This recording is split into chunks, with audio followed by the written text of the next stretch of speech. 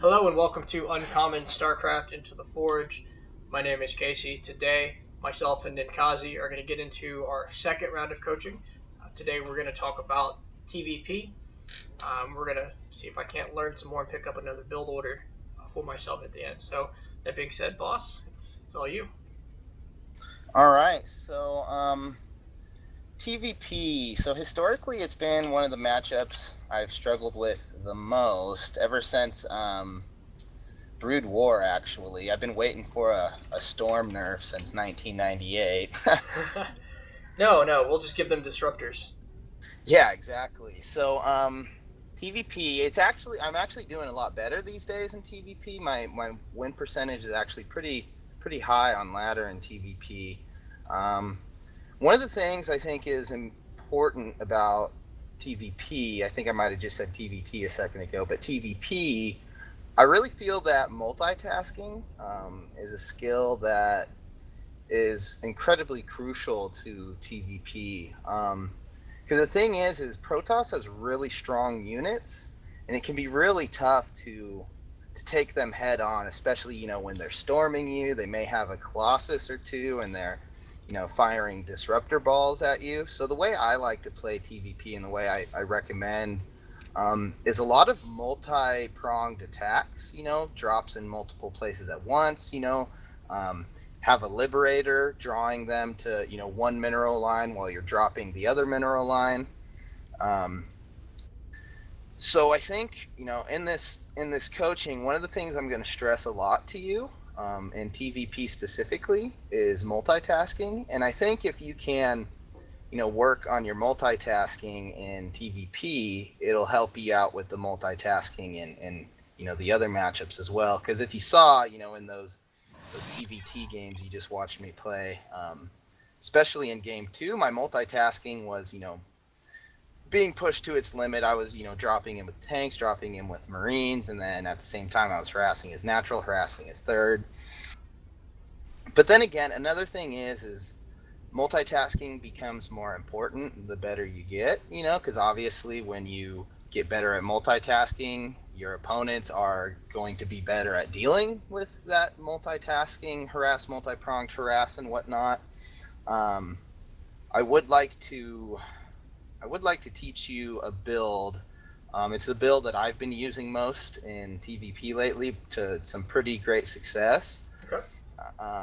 It takes quite a bit of multitasking, but at the same time, you kind of have an option. You can either go for the heavily multitasking version of the build where you drop Widow Mines, you harass with Liberators, or another thing I'd like to do, depending on what I've scouted and depending on what my opponent is doing, it's easy. You can also just take all of that stuff you're planning on dropping around different places and just do a full frontal push. So I guess what I'd like to do, I kind of want to do a little bit of a similar format as we did yesterday with TVZ. I kind of want to watch some of your replays, Okay. just to see if there's anything I can, notice as like a consistent thing that you're doing or a consistent thing that you're not doing. I understand, you don't really have any, solid build orders or whatever that you've been, practicing over and over again. But yeah, let's go ahead and do that. Go ahead and find some TvP's wins and losses, and let's go over them. Okay. I went ahead and I went to GG Tracker to pull up my latest 4 just now. So I have 2 wins and 2 losses. I don't play a lot of TvP, as it turned out. I had to go back 15 days to get 4 total matches. One was 4 days ago, the other was 9 days ago. But you're right. I don't have a lot of. You're gonna see a lot of the same stuff that I did in my TBZs. I didn't have anything to change it up. So let's see. We'll go ahead and just do the most recent. No, the most recent. We'll do the most recent win. Okay. I just double clicked it. I don't think we're in a party because I had to restart. I just invited you. Alright, putting that replay. Let me get out of it again.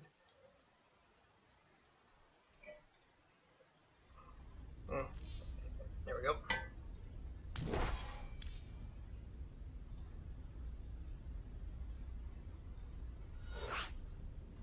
Okay, promote you to lobby host. All your show. Alrighty.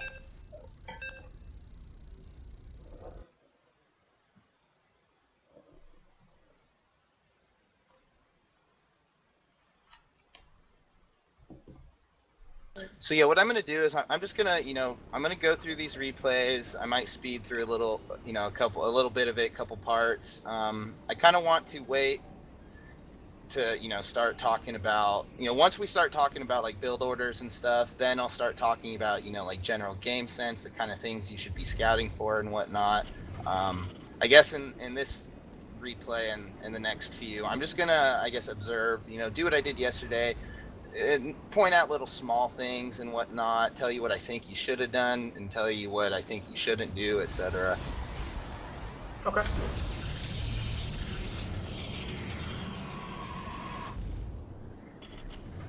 I definitely get a sense of what TvT looks like in TvZ. I've seen a lot of the one-base stuff and the very technical choices.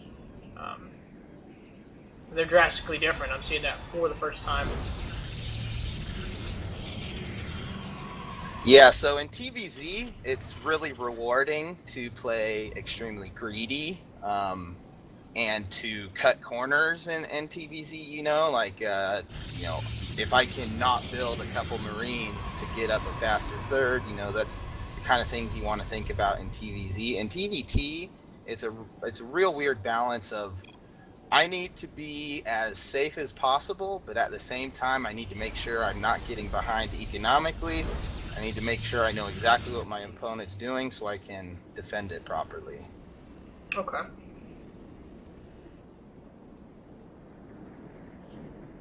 I think I should stop doing this, but I'm hiding an SCV for a second scout. That is actually a good thing. That's something I recommend doing to anybody who chooses to SCV scout in TvP. One thing, aside from that, one thing I'm noticing you did here, is it looks like you're going for a Reaper expand.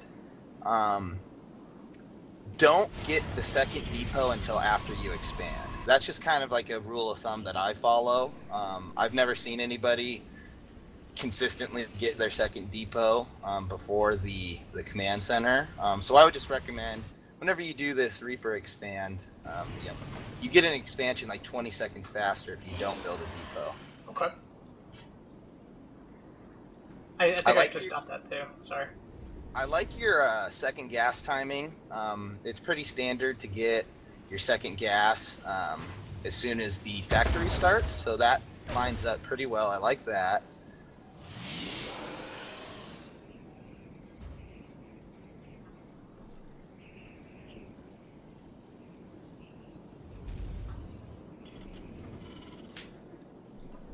The thing is, I think you need to be a little bit more active with this Reaper. You did do a pretty good job of scouting his pylon count. You see he's got 3 pylons, but you don't know if he's got a natural or not. That's something you absolutely have to confirm either with your delayed second SCV scout or with your Reaper. Okay. And then it looks like you're going towards there right now with the Reaper. But you're going to see that it's late, and that's something you need to be able to understand is whether or not their Nexus is early, like they've done a 1-gate, 2-gate expand or whatever. And this is a really late Nexus. So that kind of screams he's doing something cheeky, and which he is right now.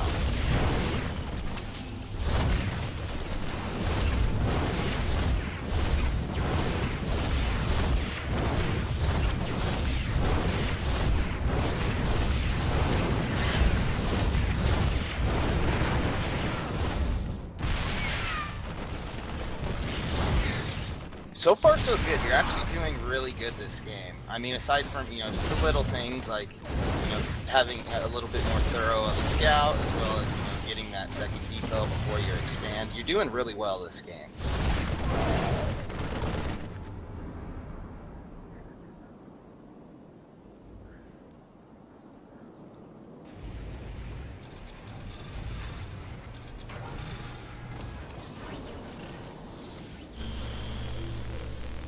And I like the tank. I usually opt for going for a early Cyclone instead of an early tank. I do like to use tanks in TvP, but tanks are kind of situational, context sensitive, similar to tanks versus Widow Mines in TvZ.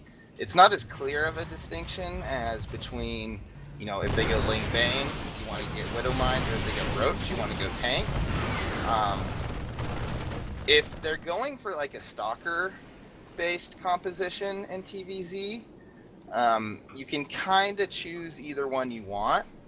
But typically when it comes to a Protoss player who is opting to go for like an immortal stalker-based composition, you don't want tanks.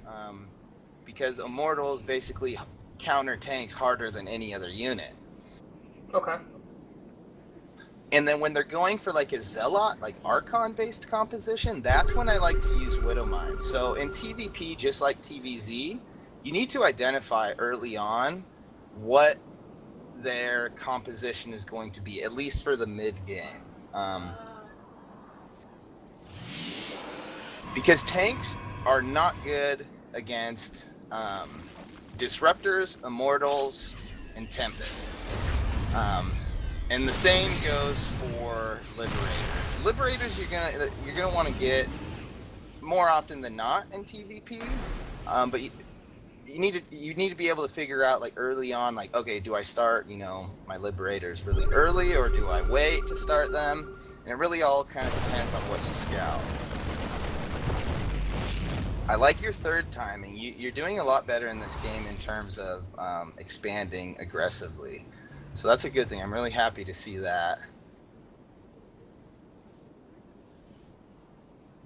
One thing though, with the turrets, similar to what I was telling you about the other day, these turrets aren't late and they're not too early. It looks like you're kind of just getting turrets to get them because you're scared. I would definitely recommend trying to scout before you make turrets. Just to make sure that you're going to need them, because if he would have done like a proxy oracle, these turrets are so late, and he's not going for a Phoenix-based army, so you don't necessarily know, if you need these turrets. You also have no idea if he's going DTs. But really, turrets are a lot safer. One or two turrets, it's a lot safer. It's a better investment to get one or two turrets in TvP than it is TvZ. Because when you get turrets in TvZ, because it's a matchup where you need to be more greedy, turrets set you further back than they would in TvP. Like, you can't really be too safe against Protoss with all the weapons they have in their arsenal, with cloaked units and air units.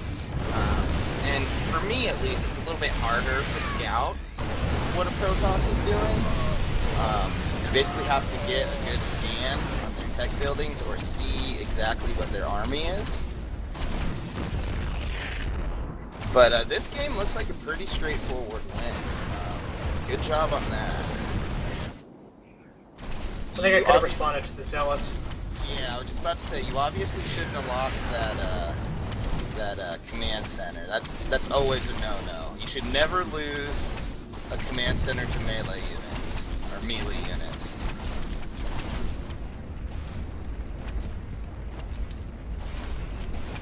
And you forgot stim this game, but I mean, that's something we all do. We all forget stim, no matter how important it is. But I mean, it really doesn't look like you needed stim this game, but against any, better player who's going to defend something like this, you probably could have lost due to not having stim.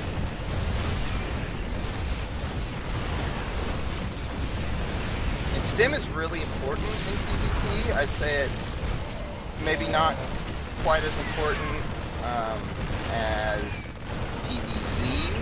If you notice, I kind of like to delay my stim for tech builds in TvP. But in TvP, if they do like a blink stalker or like a high stalker count composition, stalkers are just going to kite unstim Marines all day long. So you really need to focus on being on top of the ball as possible when it comes to stim and TvP, especially against not just stalkers, but disruptors as well. There's no way you're going to run away from disruptors without stim. Sure. But I got to see it first, right? Because I think disruptors and stim are about the same speed. I think stim might be a tiny bit slower than disruptors, and that's where you'll need to not only stim your units away from the disruptors, but split them as well. Okay. All right, let's go on to the next one. Okay, so this one's a loss. Or I'm spoiling the ending, right?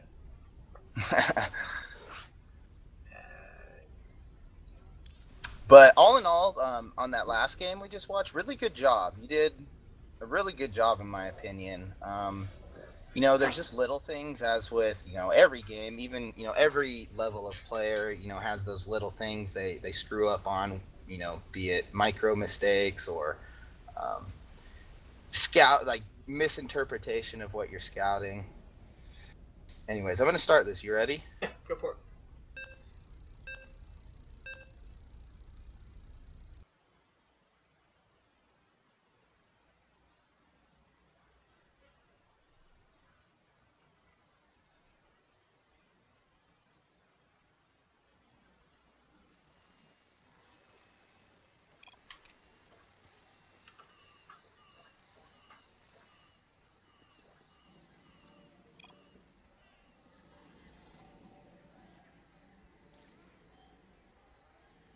I guess while this game is in its earliest stages, do you have any like specific questions or anything about TvP, like something you've thought about that you don't really understand, or et cetera, et cetera? Well, I mean, yesterday I had a real clear understanding at the end of it of the tech divergence that I want to go from start my builds and really scout what he's doing, and I'm looking for either kind of like a 2 base for a Ravager or an economic build. If I see the economic, I don't see roaches, I'm going to keep on Hellions and Hellbats, I'm going to push. If I see roaches, I'm going to move into tanks. And I see that clear tech path. And I think I understand that for the first time. Is there a similar bit of information for the Protoss? Yeah, so pylon count is probably the equivalent to gas count in TVZ. Pylon count will tell you if they have a proxy. And also, I mean, gas is important, being able to, you know, see how many gases your Protoss opponent has and, like, you know, how many probes he's got mining. But with Protoss, since all their units are so gas heavy, it's not quite as reliable. One of the things I like to check for with my Reaper or SCV whenever I'm scouting is once my Reaper gets to their base, if they have 2 pylons and no expand, there's a pylon on the map somewhere, which means they're likely proxying, maybe not gateways, because, you know, you'll get attacked with zealots before you can scout them. But if they have 2 pylons and no expand and both gases, that more often than not indicates they've got a proxy Stargate, a proxy Robo. So you're going to want to hopefully keep your Reaper alive and just look everywhere on the map for that 3rd pylon. But like we see here, he went for a super fast expansion, which is pretty normal on this map. Everyone wants those gold minerals. One thing I'm noticing is you went CC first, but I don't think you ever scouted him. When you go CC first, scouting is even much more important than, you know, scouting with any other build, just because you're so vulnerable with a CC first. If he was doing some sort of proxy Oracle build, you would die to it, just because you went CC first and didn't scout. Do you recommend scouting with the SCV or the Reaper first? When you go CC first, you definitely want to SCV scout every single time, no matter what. And I would probably SCV scout around 17 supply, 18 supply. What's the first barracks? Yeah, so when you do like a Reaper expand build, you don't necessarily have to SCV scout every time. I certainly don't SCV scout when I have a Reaper. But you can, you know, there's nothing wrong with it. You're just getting a more thorough scout. So yeah, kind of lost my train of thought there for a second. So I guess one of the hard things I see is if I come in here and I look at it right now, he's got all the tech structures I'm aware of, you know, without getting into whether or not he has DTs or starports. Like, I can't tell whether he's going Disruptor or Blinkstalker or Zealots or... So another thing that's really important about scouting in TvP, not just pylon count, but obviously gateway count. As we can see here, he's got 2 gateways, 2 more on the way, and then he's building 3 more. And that's mainly because he can afford it with these gold minerals. But he's also got this Twilight Council. And when you see a Twilight Council, that means one of 3 things, basically. That means he's either going for some sort of like cheeky blink play, like he's going to try and blink into your base. Or as we see here, which this is the most common, is we see this Twilight Council researching the Adept upgrade. So whenever you see a Twilight Council, think 3 things. He's either going Blink Stalker, he's going for an Adept Warp Prism drop, or DTs. And DTs are the scariest one. Usually when I see a Twilight Council, I get a Engineering Bay instantly. I notice here you got this Engie Bay early, which is good because you can start upgrades early, but I see you're not starting upgrades, and again, you got these blind turrets. You have no idea if you need turrets or not. So I would suggest, if you do this CC first kind of style, you definitely need to scout. Like, even if you need to waste a couple scans, you need to be thirsty for that information. You need to figure out what your opponent's doing, because sure, the turrets could defend you from DTs and any sort of like Phoenix-based play, but just like TVZ, sometimes turrets set you back. I don't necessarily have a huge problem with these turrets, because a lot of the times it's better to be safe than sorry. But just keep that in mind, turrets are kind of a finicky thing. And also another thing I like to do if I see a Twilight Council, I usually opt to go for a pretty quick Cyclone. Because a Cyclone can do wonders against a Warp Prism.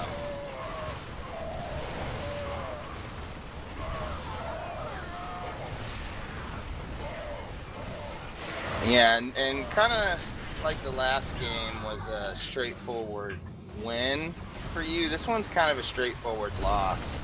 You kind of just got Protossed here. I think the issue is mainly your scouting. You have zero vision of his base. You didn't even scan once or anything. So, and especially, sorry, go ahead. Oh, no, so you go ahead. If you were to respond to this, say you would have seen it in time to react, what would you have done?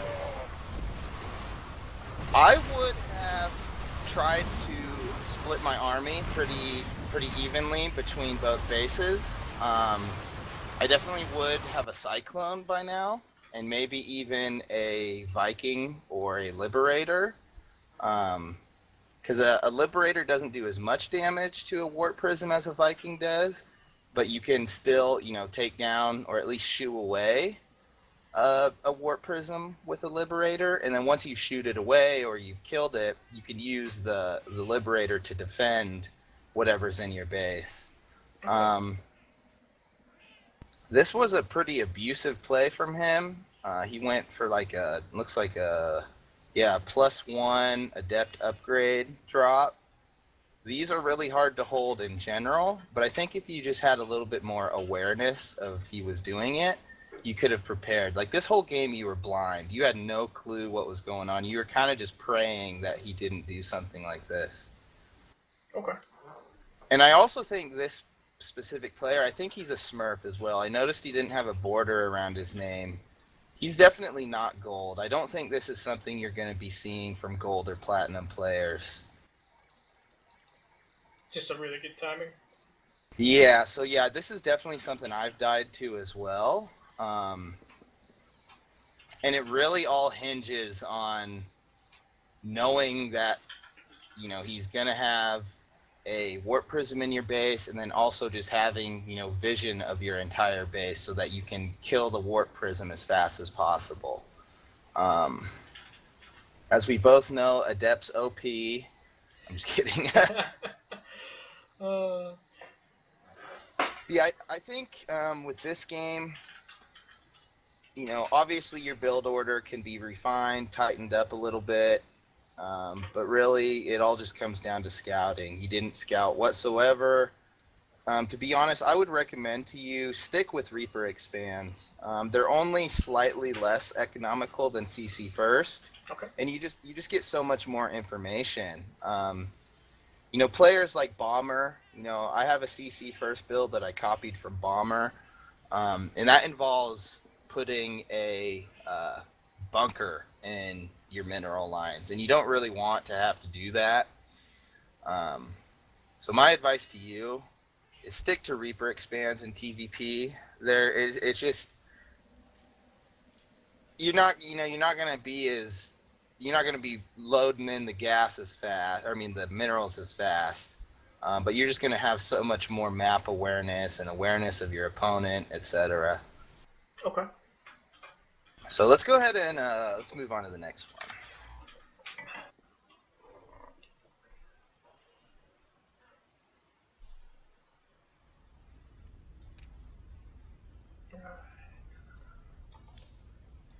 So I think now we're definitely getting into games.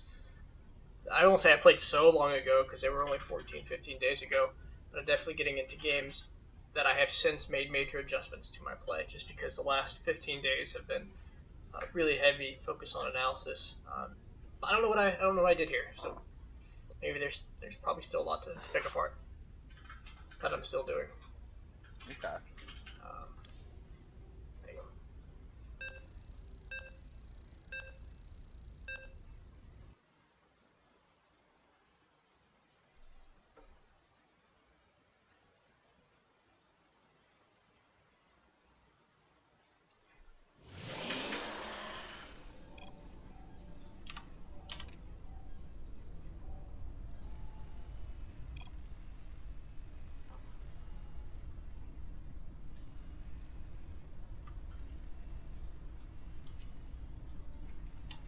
So yeah, just keep that in mind. I'll probably put that down on our note sheets, but just keep in mind what I said about pylon count.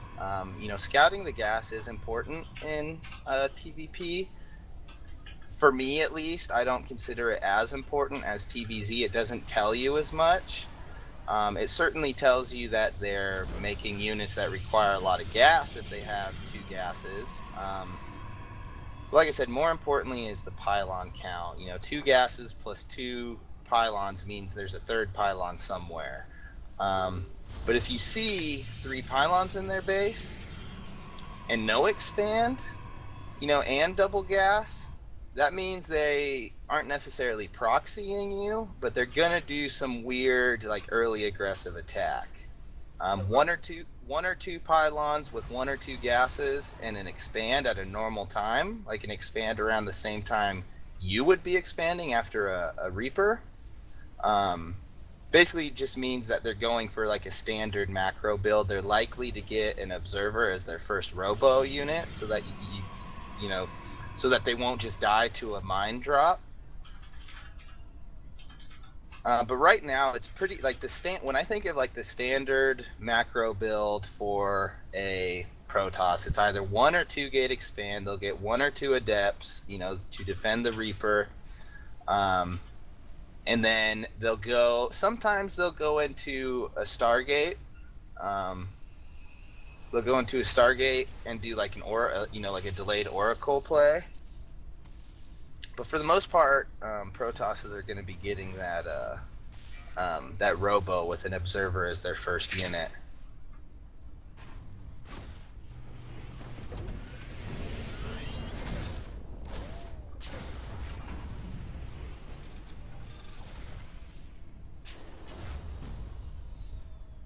And then 1 second, let me pause this real quick.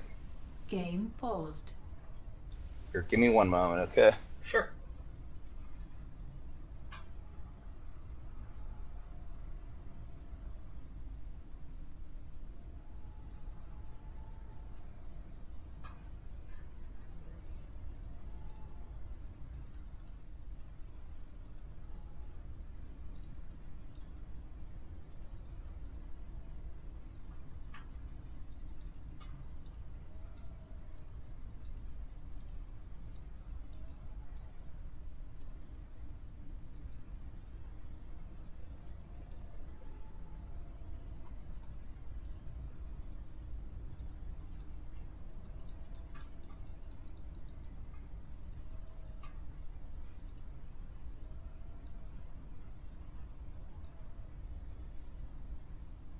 Definitely have some money built up.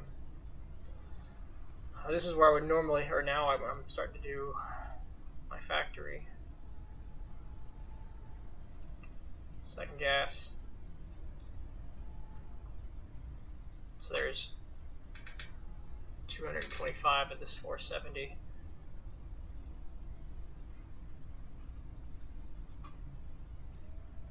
SCP production 275.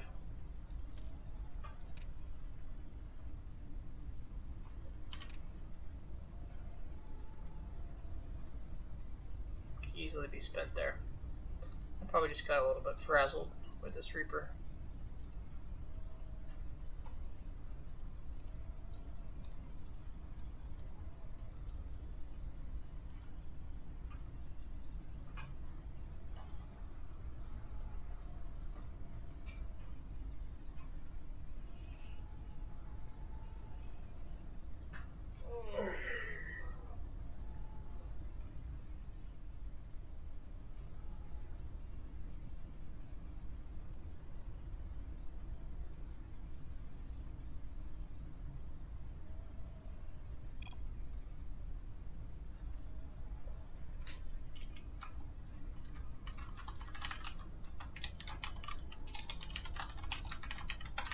Alright, I'm going to step away for a moment, get a drink while he finishes his conversation.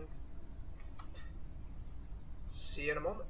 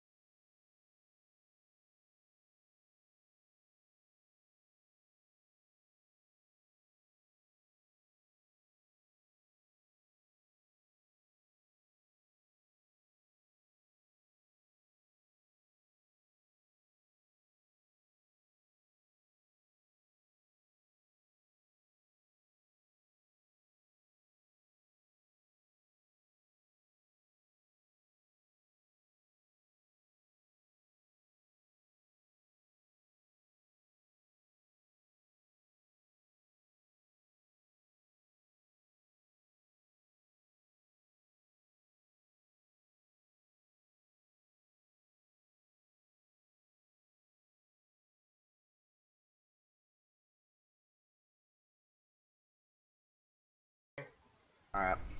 Alright, we're ready to go. Alrighty. Let's continue with this.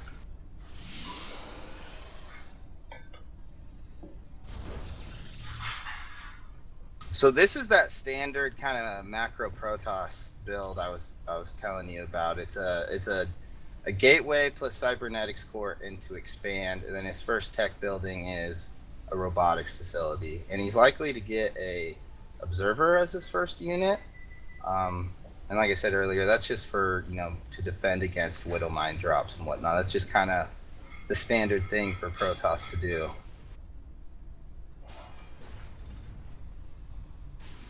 So I guess I went for barracks. I think I realized I had a lot of money. Yeah, I'm not so sure how I feel about this 4 barracks. I usually recommend 3 to be... 3 barracks is like what you can support on 2 bases. And then when you're on 3 bases, that's when you go up to like 5 or 6.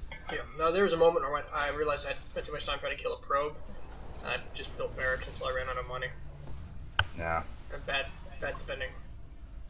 Yeah, and you're not building SCVs, or you weren't there for a second. Like I said yesterday, you always want to be building SCVs. Are you usually queuing them up right before they finish? I think I have when I hear SCVs come out, I make the next one, but there's always a small gap in between their creation. I prefer to queue them up right before the last one finishes, just so there is no downtime. Okay. Obviously, you don't want to queue up 3 or 4 or 5 at a time, but having 2 queued up, with 1 almost complete, that's pretty much what you should be doing.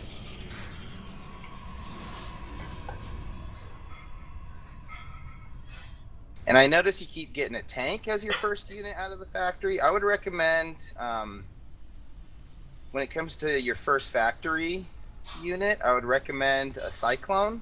That'll be really defensive against, if they do some sort of early Oracle build, a Cyclone will counter an Oracle. Or even before you get a tech lab on your factory, Widow Mines can be cool too. Okay. And that way you can, depending on what you see, you can, do a Widow Mine drop with a couple Marines or something. Or you can use that Widow Mine as defense, against an Oracle. And Widow Mines do a lot of damage to Protoss units. I'm pretty sure they have like a shield damage bonus.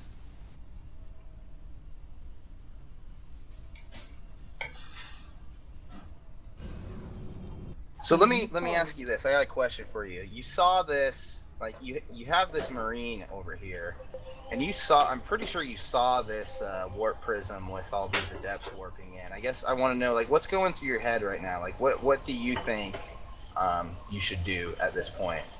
So I was super excited I saw it. What I wanted to do was get into a position where I could defend the ramp, take the high ground advantage with the tanks and Marines.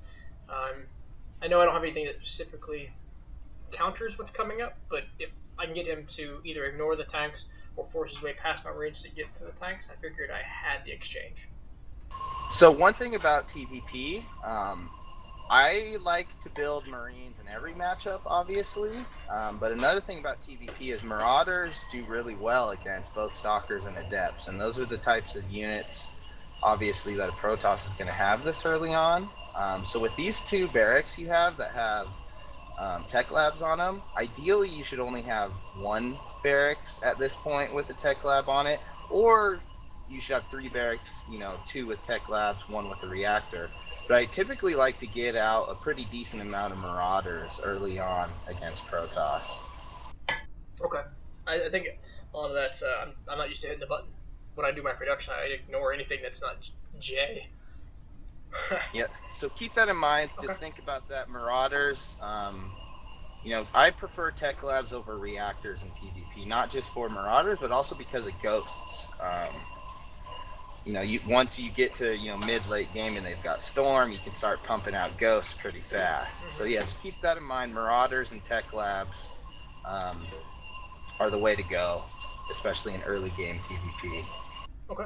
Do ghosts die to storms or not? They can get feedbacked, which is really frustrating. So yes, they do. But then it's just the dance of, getting off those EMPs and avoiding feedbacks and not getting stormed. So you should shut this down pretty hard. What I would do is unsiege the tank. Or you can pick it up like that, but now it's not doing any damage. And now it's going to, as you see, it's going to start friendly firing your Marines. But good thing you didn't lose the tank. Basically, I guess what I'm saying is whenever adepts shade on top of my tanks, and I guess it's context sensitive, but I like to unsiege my tank right when I see the adepts trying to get on top of the tank. Okay. That way it's doing damage, with its normal attack, and you don't have to, use the micro to pick it up with a medevac and move it somewhere else, because that's just downtime. You do a really good job though with the tank micro. Now, the difference between tank siege and unsiege. I know that they do AoE when they're sieged, but they can't shoot next to them. Do they do more single target damage when they're unsieged? I don't believe so. Don't quote me. I'm gonna have to click on a tank here in a second and see.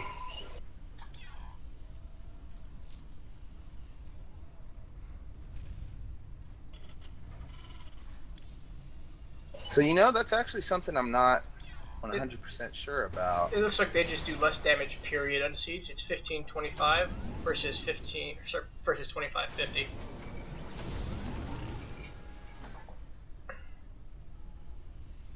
So this is one of those games, you saw his Immortal and you also saw the high Adept account, and if you remember, Widow Mines fare a lot better against tanks. Not saying that you shouldn't have any tanks, a tank or two is never, a bad thing. But once you've identified he's going for this, high Adept / high Immortal count, I would definitely recommend switching into to Widow Mines. And one thing you could do is you have a racks right next to your factory that's got a reactor on it. You can simply just switch that factory onto the reactor and switch the racks onto the tech lab, and that'll let you produce more Marauders as well as Widow Mines 2 at a time. Okay, so just Marauder Mine would have been a better switch here. Yeah, so, and like I said, tanks aren't necessarily a bad thing, but if he's going to keep making Immortals, you want to stop making tanks, because they're just going to, hopefully, if he's a good player, they're just going to target down your tanks. And what else do I have to say? And like I was saying, the distinction isn't as clear as it is in TvZ if you should be going for tanks or Widow Mines. So that's why it's not a bad thing to have tanks. It's just you need to be able to figure out if you should keep making them. If he's got Immortals or Disruptors, or even Phoenixes sometimes, you don't really want tanks. Because if he's got Phoenixes, that means he's going to go into Tempests. And Widow Mines aren't like a hard counter to Tempest or anything. But, you definitely have more than a 0% chance of doing damage to Tempests than you do with a tank. A tank can never shoot a Tempest. I'm always skeptical about the Widow Mines, just because it seems that mid-game, once Protoss and Zerg just have flying observers everywhere, the Widow Mines are near pointless. Like, they just kill the Widow Mines if they're... Like, do I put the Widow Mines in front of my army, in the middle of my army, or behind them? They always just seem to get sniped before they do anything. So you want to be able to defend your Widow Mines with bio. So you want to, sometimes put them in front of you, but if, stalkers start attacking your Widow Mines, you want to, charge at them. And actually, I think I may have said something wrong earlier about Disruptors. Disruptors you want tanks against, because Disruptors, they can just blow up your Widow Mines, and you can't really stop them. And another thing about the Observers, whenever you engage a Protoss and you have Widow Mines, scan. Because if you have like Liberators in the air or a high Marine count, the Liberators, as long as they're not siege, they're going to kill the Observer. If you don't have Liberators, you should still scan, and you can select all your Marines and target down the Observers. So basically, you want to kill Observers, as many Observers as you can in a TvP, because that is their only form of detection besides cannons. They can't scan you. They don't, they can't just morph in an Overseer real quick. So Observers, you definitely want to be on the hunt for Observers in every single TvP, especially when you go Widow Mines, because you're inevitably, if the game lasts long enough, you're going to be getting Ghosts too. And you can do a lot of damage against the Protoss if you've sniped all his Observers and you have cloaked Ghosts. So would you say Stalker tank, Adept, Widowmine? Yeah, and like I said earlier with the Stalkers, it's, if they're going like Stalker Disruptor, then you'll want tanks, but if they're going Stalker Immortal, you'll want Widow Mines, because the tanks aren't necessarily going to be a good option against Immortals. So why not tank Immortal? Tanks do bonus to armored, but so I mean they seem to counter each other. So the thing about Immortals, in this next patch, the tanks are getting a buff, so they may be a good answer to Immortals. But historically, for as long as StarCraft 2 has existed, Immortals hard counter tanks basically twice as hard as tanks hard counter Immortals. Okay. Are we going there for sure? Are we going into defensive tank pickups only? I know we're testing it. I'm hoping we don't get that. I'm not exactly sure. We're testing it. I don't know if it's going to go through. I hope it doesn't, because I really do like the interactions of the tank and the medevac. At first, I thought it was kind of silly when Legacy first came out, but it's grown on me, and I do really like it. I think their reasons just seem to be to bring mech back into play. I don't think it actually... They have a real balance issue with it. They just want to see us do something other than this. Mass Marine, mass tank, medevac, yeah. But anyways, you know what? I'm not actually 100% sure why tanks, don't super hard counter Immortals. All I know is I've lost so many tanks to Immortals that it's not fun to lose all my tanks to like 3 Immortals. I swear, 3 Immortals can take out like an entire line of tanks. And like I said, any good player is going to focus fire the tanks with their Immortals. But anyways, I'm going to resume this replay. Yep. Game resumed. So it looks like I don't know really what he's trying to do. It looks like he's just trying to, apply pressure, contain you a little bit while he takes his third. I think so when I play TvP, 4 medevacs is when I like to transition into Liberators. Obviously, I'll make more medevacs as the game goes on, but after 4 medevacs is when I start, getting those high counts of Liberators. If I lose any of my medevacs, obviously I'm gonna, remake them.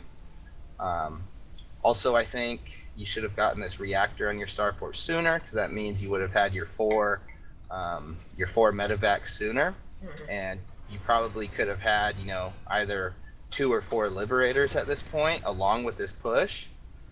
This is a pretty common push you're doing right now, this tank Marine with medevacs. Instead of this 5th medevac, I think you should have either a Liberator or 2, especially against this Adept Immortal heavy playstyle. He can't even touch your Liberators. On the surface, this looks like I'm just gonna lose. Like he counters everything I have. And so yeah, we'll see what happens here. I'm surprised he didn't. I'm surprised he canceled that shade on top of your Marines. Because my tanks were out of position. Yeah.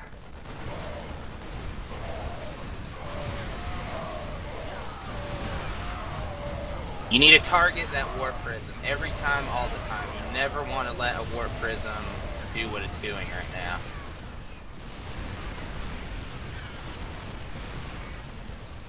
I don't think I knew it was happening. I had to have to come back and get it.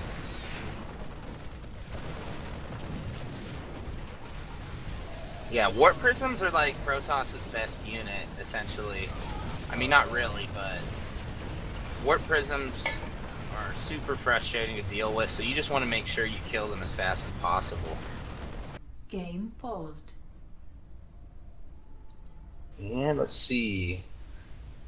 6-minute third, keep that in mind. In TvP, that's kind of, just like the other matchup. 6-minute third is the latest you want to have a third up. Okay. And obviously, like I said yesterday, TVZ, you're going to want to get a third a lot sooner than 6 minutes. But I mean, if you can't, that's okay. As long as you're trading or doing damage and whatnot. I think one of the main reasons this player lost here is, let me look at upgrades. Does he even have any upgrades? Yeah, so he's at 0-0. You're a whole upgrade ahead of him in attack at least, so that's good. I think I pushed like 5 seconds before stim completed, so a little bit of a wait would have helped. Yeah. Whenever you do that, that's called an anti-timing. Whenever you attack, like right before an upgrade or stim or combat shields finishes. Okay, I've heard that. You're basically anti-timing yourself, because they didn't do anything to make you push without stim. Yeah, all in all, this is a solid game. Your third is non-existent. That's bad. If this push got shut down that you're doing right now, like if he defended this, he would have lost for sure because he's got a third base that's basically fully saturated. You would have to go all in essentially. Okay. Because you don't have a third, and that's also another thing. Around 5 to 6 minutes in every matchup is where you have to decide: am I going to just do a huge all-in attack and try to win, or am I going to take a third? You can still do all-ins off of a third, but if it gets past 6 minutes or so and you don't have a third yet, you're kind of forced to go all in. I think so far I've had no purpose or rhythm behind my pushes. I've either gone, well, I have a breather, I have what looks to be a good army, let's do this, or I've said, I really screwed up, I need to get in here and do damage before this screw up echoes and multiplies. Yeah, so like I said, this was a pretty solid game in terms of you won it. A W is a W. But yeah, that's the biggest issue I'm seeing is the third. And then obviously your build order. Don't get any more than 3 racks on 2 base. I mean, you've got 5 right now, which I mean is okay if you're doing it all in. But if you want the game to go longer than just this single push, those 2 extra barracks you have are 300 minerals. You could have had a third a long time ago. Right. So yeah, that's the rule of thumb right there. Is 6 2 minutes? 2 base is 3 barracks. 3 base is 5 to 6 barracks. Okay. Like that's like physically what you can support off of a 2 base versus 3 base economy. Now that's when your production's on point, but when you find yourself behind adding more racks with the excess minerals, I mean it's a mistake, but you're making the most out of the mistake, right? Yeah, exactly. You're mitigating a mistake, So basically, I mean, you don't need to be like, well, oh God, I'm on 3 base. I'm not going to make any more than 6 racks. And you should never think that way. If you've got this surplus of minerals, and you're already doing a full production cycle of Marines, and you've already, taken your third or whatever, feel free to plop down barracks. That's what I do is, every time I'm like, oh shoot, I got 1,000 minerals. Let me just plop down 5 barracks and keep rolling with it. Okay. So barracks are kind of like your mineral dump, because like we were talking about yesterday, Terran's a mineral, high mineral race. Obviously, because Marines don't take gas, and that's going to be your core unit most of the time. So whenever you find yourself with a surplus, build more racks or more command centers. And then let's go ahead and look at one more replay, and then I'll go into teaching you what is my favorite build order at this moment. Okay.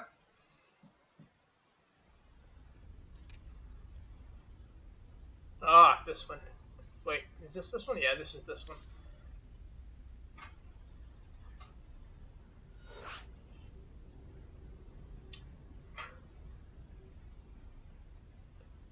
I think this is one where I had it. I could have had it. And then I just lost it. And I lost it with such lack of grace. Just everything went out the window. Well, hopefully I can tell you exactly where you went wrong. You know, it might just be that I don't have an end game. I don't know anything past mid. I don't think I've ever built a ghost in a ladder match. You need to get into that habit. Ghosts are going to save your ass in both TVZ and TVP, so it's not, it's not a bad idea. If you're on 3 base, you don't want to start ghosts on 2 base. That's not something I do. But if you're on 3 base, it's not a bad idea to even get some preemptive ghosts, because even if they don't have storm, ghosts still EMPs get rid of Protoss shields, so you can blanket a whole Protoss army with EMPs, even if they have 0 High Templars, 0 storm, and you're going to take away half their hit points just with ghosts. That's dirty. That's good. Also, another thing, this is a little bit of information. I've never used this in a ladder game, but I've seen it happen. If you have ghosts, you can actually EMP a command center and drain all of its energy for scans and mules and whatnot. Yeah, that's kind of like a random fact. But... Is that do nukes cost energy? No, they don't cost energy. So right before you nuke a mineral line, you just drain the CC. And they can't scan you. Oh, that's gorgeous. Yep, I've only seen it happen one time, and it was a proxy ghost build, and he got cloak, and it was a TVT. He got cloak, and he EMP'd both orbital commands, and basically just won with 2 or 3 ghosts because the dude, couldn't scan them when they were cloaked.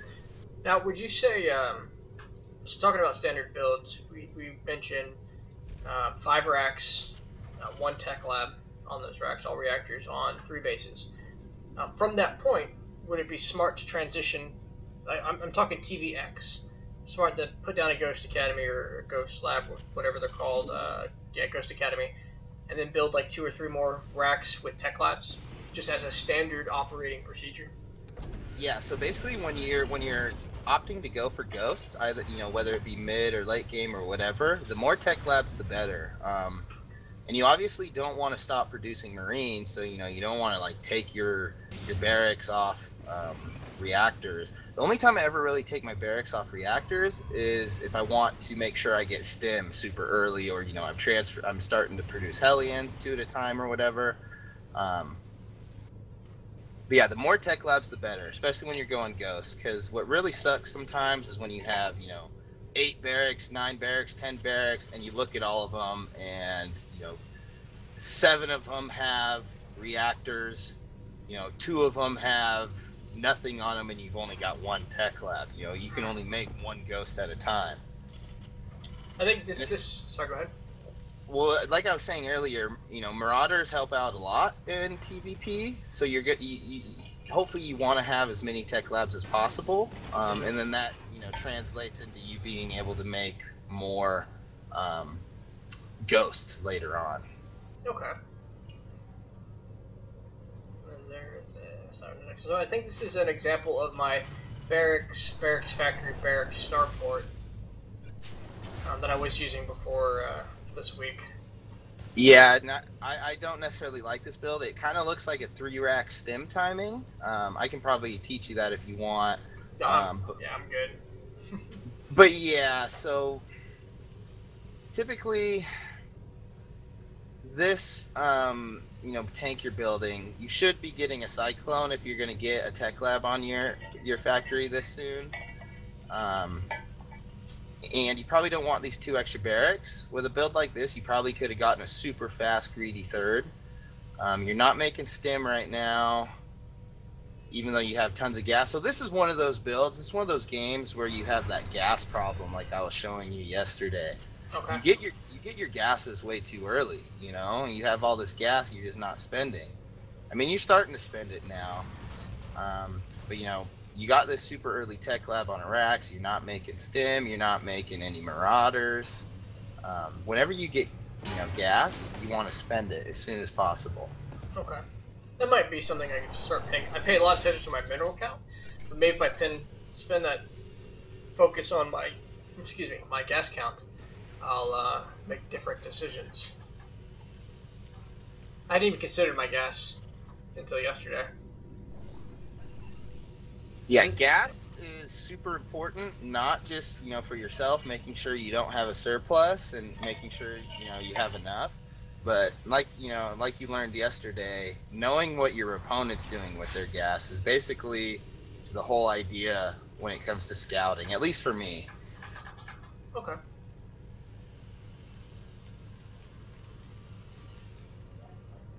And also, you have this Reaper still alive, and I think this is what you're doing right now. You're going to sacrifice it to get scouting information. There's never really a reason why you would want the Reaper to stay alive, except for to get more scouting info later. So don't ever, be worried about your Reaper dying, unless, it dies before you see anything and you're forced to scan. But this scan you just did, that was kind of a waste. Could have just suicided the Reaper in and gotten it. Exactly, and you would have saw all the same information and you could have a meal. And again, we're not seeing a third. That's something you need to work on. You did well on a third in, I think, those first 2 games. Yeah. And here you're taking it now. And it is around 6 minutes, so it's not the end of the world. I think you're actually about to watch this third float all the way to the farthest mineral patch. It's a super bad third game for me. Okay. Yeah. Supply block 2. Which would be very helpful if I didn't, because I'm ahead in supply at the moment. Yeah. Well, I didn't even know that observer. The observer saw that. I was trying to work on harass and add harass into my game, and this observer is just tagging along. Oh yeah, you're talking about down here in the bottom with that liberator. Yeah. So something interesting I just noticed. You might want to pause this because it's entirely irrelevant. Game paused. If you go to a mineral patch and you shift click it, it only selects 4 of the 8 mineral patches. Apparently, 4 of the 7 mineral patches. Apparently, there are 2 types of mineral patches in the mineral patch. Oh yeah, I see what you mean. A control click. Control click. Yeah, because you have those ones. I never knew that. That's a neat little bit of information. Completely 100% irrelevant, but I guess there are different unit types in the game code. Have you seen on Reddit those 99% useless facts by Fear Dragon? Those are good. I do like them, but there is a 1% chance where they're useful. I'm gonna tell him about this. See what he thinks. See if he makes a little infographic about it. Oh man, if I see that in like 2 weeks, I'm gonna take this little snippet of video, and I'm gonna shoot for karma. All right, nope, I'm good. We can go on. Alrighty. So another thing I want to point out, not every single time, but most of the time, I will build a reactor on something that isn't my starport, and then switch my starport onto that reactor. The only time I ever build a reactor directly on the starport is if I'm building a unit or 2 out of the starport before starting add-ons. So for instance, like if I wanted to build a Viking for defense, I'd build that Viking and then the reactor, or in my TvT I'll build a couple medevacs and then a reactor. But for the most part, especially with like a 3 racks focused build like this, what you should have done, I feel, is right after your factory finished, you should have planted down the starport right next to it, and then started a reactor on the factory. Because look, it's at 7 minutes right now. You have 0 air units, and air units, in my opinion, are kind of the most important part of Terran. Because like I was explaining to you yesterday, especially in TvT, the first couple air units you make kind of set the entire tone for the entire game. And hopefully you were able to see in those games I played today. I went for a Raven into medevac, so obviously I was going to be aggressive with that. I could have gone Raven into Viking, and that's defensive, so like I said, it kind of sets the tone for the entire game. I think seeing yesterday's TVZ and today's the TvT Sunset, yeah, it super highlighted the differences between them. But anyways, yeah, I think your starport is way late. And these tanks, yes, tanks are good for defense, but they're not really doing anything right now. You could have, instead of having 3-4 tanks for defense, you could have had 2 widow mines in a or in a medevac on the other side of the map. Interesting enough, I just took a look at our vision. Neither one of he has no idea what I'm doing. I lose to a blind. Huh. And so what he's doing, obviously, he's just kind of, like you said, he's playing blindly, but Economic. He's basically he's hoping to, he's playing greedy. He's hoping to out macro you. He doesn't, some players just don't care about scouting, and they just want to out macro you. Anyways, I'm going to resume this. Game resumed.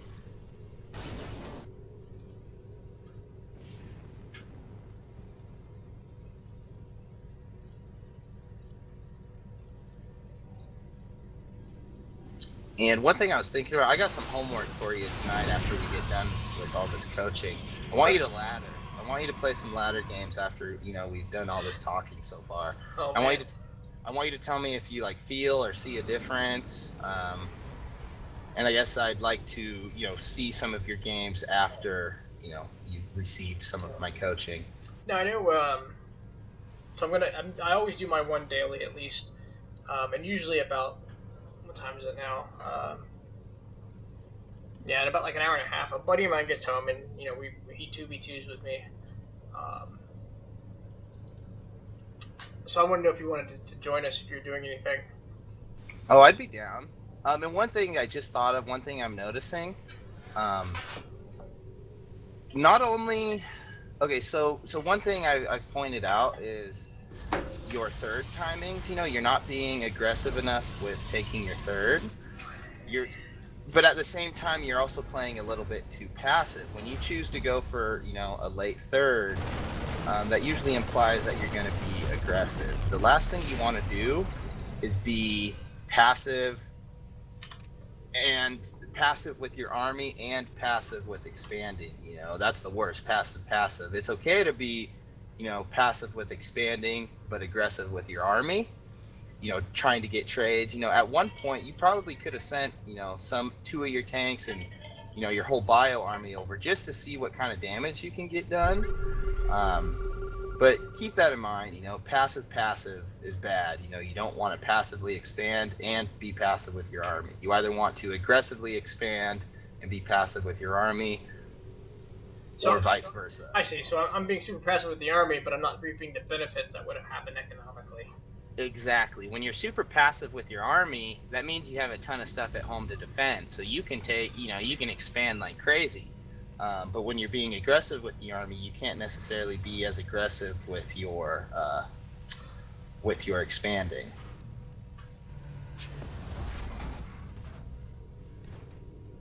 So yeah, I'll probably put that on the note sheets too. Actually, I'm going to pause and do that right now because I think that's a really that's a really important thing to keep in mind. For Protoss, do they normally go? So they have 3 upgrades on their forge. Are they armor versus shields? Do you know which one they go for first? Do they just ignore one blatantly, or do they really shoot for 3-3-3? So Protoss typically they get 3-3 with their attack and armor upgrades before even getting +1 with their plasma shields or whatever. Sorry, say that one more time. I didn't catch all. So yeah, your question was about 3-3-3 for Protoss, right? Right. They have their attack, armor, and then shield upgrades, right? Right. So it's standard, at least as far as I'm aware, it's standard for a Protoss to get 3-3 with attack and armor before they even start +1 on their shields. Okay, got it. Just because, are they just that much better, those 2 upgrades versus... Yeah, because, your opponent is going to be upgrading attack and his armor, at the same time you are. Your opponent, a Protoss player's opponent doesn't have the luxury, I guess is what I want to say, the luxury of having that third shield upgrade. And I don't know the exact numbers, but I do know that the shield upgrade just, in terms of what's it called? Diminishing returns. Like, it's not, the shield upgrade just isn't very important, because, a Terran with +3 is going to DPS down a Zealot with +3 shields, just as fast, maybe a little bit slower than sorry, I'm getting all tangled in my words. A Terran with +3 attack is going to DPS down a Zealot with +3 shields just as fast as if it had +0 shields. We're not seeing that much of a benefit. So I think.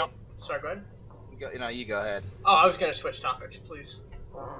Well, another thing about shields is I don't think I've ever seen a Protoss get 3 forges. I just don't think. Maybe after 3 or 4 bases, I just don't think a Protoss has the economy to support 3 upgrades at a time, especially when they're trying to pump out all these gas-heavy units: Stalkers, Immortals, Disruptors, Tempests, Phoenix, etc. So. Okay. So yeah, don't put a whole lot of thought into Protoss shield upgrades. Most of your games, the Protoss player isn't even going to get shield upgrades. Now, are all the upgrades literally +1 to their attack, +1 to their defense, +1 to their shield? Yes. So shields. Sorry. +1 to a shield. That's only, and actually I could be wrong, so don't quote me on this. But +1 to their shield is like nothing, when a Marine does however much damage, 5 damage per volley, having 1 more shield isn't a whole lot, Well, it looks like, so they start their shields. So we look at, they have this one Stalker I'm looking at has +2 armor, +2 shields. So every point of damage I do into his shields is every source of damage subtracts every hit by 1. And then we get to his armor, and his +2 armor means every hit I give him takes +2 from armor. So does that mean that they could be super tanky? To a certain extent, yeah. I'm actually, to be completely honest, I have Sure. no idea why this Protoss has his shield upgrades so early. I've never seen that before, so Right. it could just be that he's bad, or it just maybe he knows something I don't about shield upgrades, which I kind of doubt. But like I said, I don't think shield upgrades are something you should put a whole lot of thought into. It's not going to change how your army interacts with his a whole lot. So I think right here on this pause, on this moment, I'm happy. I have some map presence. It looks like I have a vastly larger army, and I'd throw this away. Well, let's see what happens. Like I've already said, you've been too passive throughout the entire game, not just with your expanding, but with your army. And like I was saying earlier, multitasking is super important in TvP. I feel like, if you would have gotten your starport with a reactor on it a lot sooner, you could have drops in his third, drops in his main, distracting him, killing probes, getting damage done. But you just kind of sit at home, not doing anything, which is kind of bad. I like how you have these, I like your army right now, actually. And he does have 2 Immortals, but 2 Immortals, that's not a high enough count to, focus down all your tanks. But I have a bad feeling these disruptors are going to, get some good hits. That's very dirty. I wasn't even watching the screen. I have a bad habit of moving the army and trying to multitask. The thing about tanks, whenever you have tanks and medevacs, they should, when you're moving, they should always be sieged in a medevac. Were they not? Did I not do that? I don't think so. Did you? Here, let me rewind. Let me see. I might have had not enough medevacs if I did that. Yeah, see, you don't have any of them sieged. You siege all of them at the same time. Okay. So okay. You have 4 medevacs. You should have at least, you should have 4 of your tanks sieged and in those medevacs ready for the engagement. 7 tanks.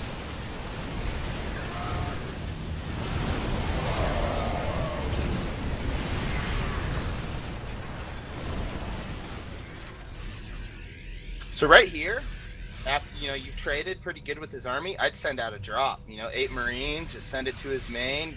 Pull his army all the way back to his main, and then that would let you get a closer position on his third. And that's where the multitasking comes in. You want to distract the Protoss. You want to pull him apart because the Protoss has strong units. Mm-hmm. So more often than not, a Protoss is going to have favorable engagements just because their units are so beefy. So it's ideal to be spreading the Protoss thin. Force him to multitask. Force him to keep up with your multitasking.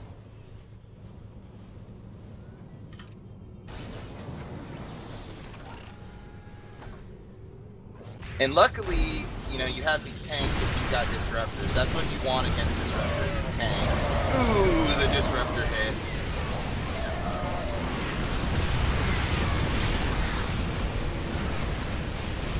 I mean, I gotta thank Blizzard for giving us the Marine, but ouch. And also, if we notice, look how high your energy is on your orbital commands. Okay. And look how high your minerals are. So, as with every matchup, just try to work on your macro mechanics. Just like you always want to spend your minerals, you always want to spend your orbital energy. The only time you should ever save orbital energy is if you either scout or you smell DTs, or the same goes for Banshees. If you scout or smell Banshees, you're going to want to save at least 1 or 2 scans, to defend that. Yeah, for the most part, focus on always spending your orbital energy.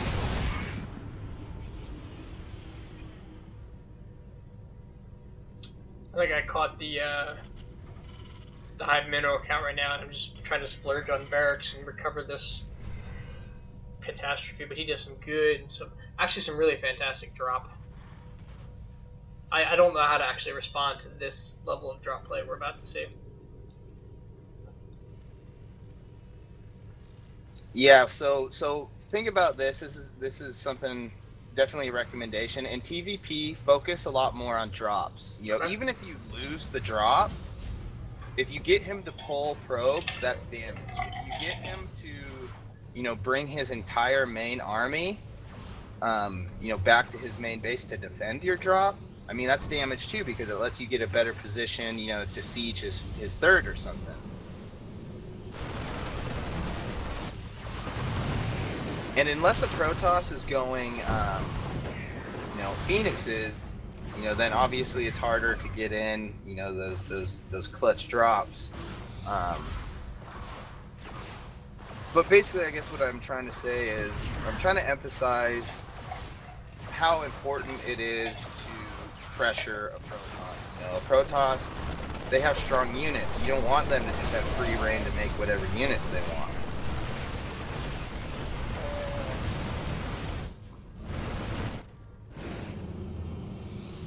I think I even ignore this location here gets harassed and I ignore it for way too long.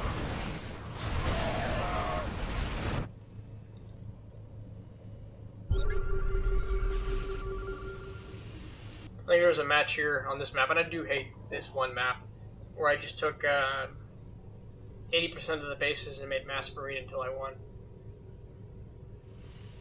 So one thing, just something you can think about. One thing I like to do in TvP. Whenever I get past my third base, and even sometimes at my third base, but whenever I start my fourth base, I always put a bunker at it. A bunker and a turret at every base past your third. Okay. And like I said, even sometimes at your third. Because Protoss really like doing these warp prism shenanigans. If you just had a single bunker, here at your fourth up here, he would have done 0 damage. You can just, have all your SCVs repair. Yeah, just have all your SCVs repair the bunker indefinitely. And then on a map like this, I don't play this map because I veto it, but I would even put, a bunker at that base too.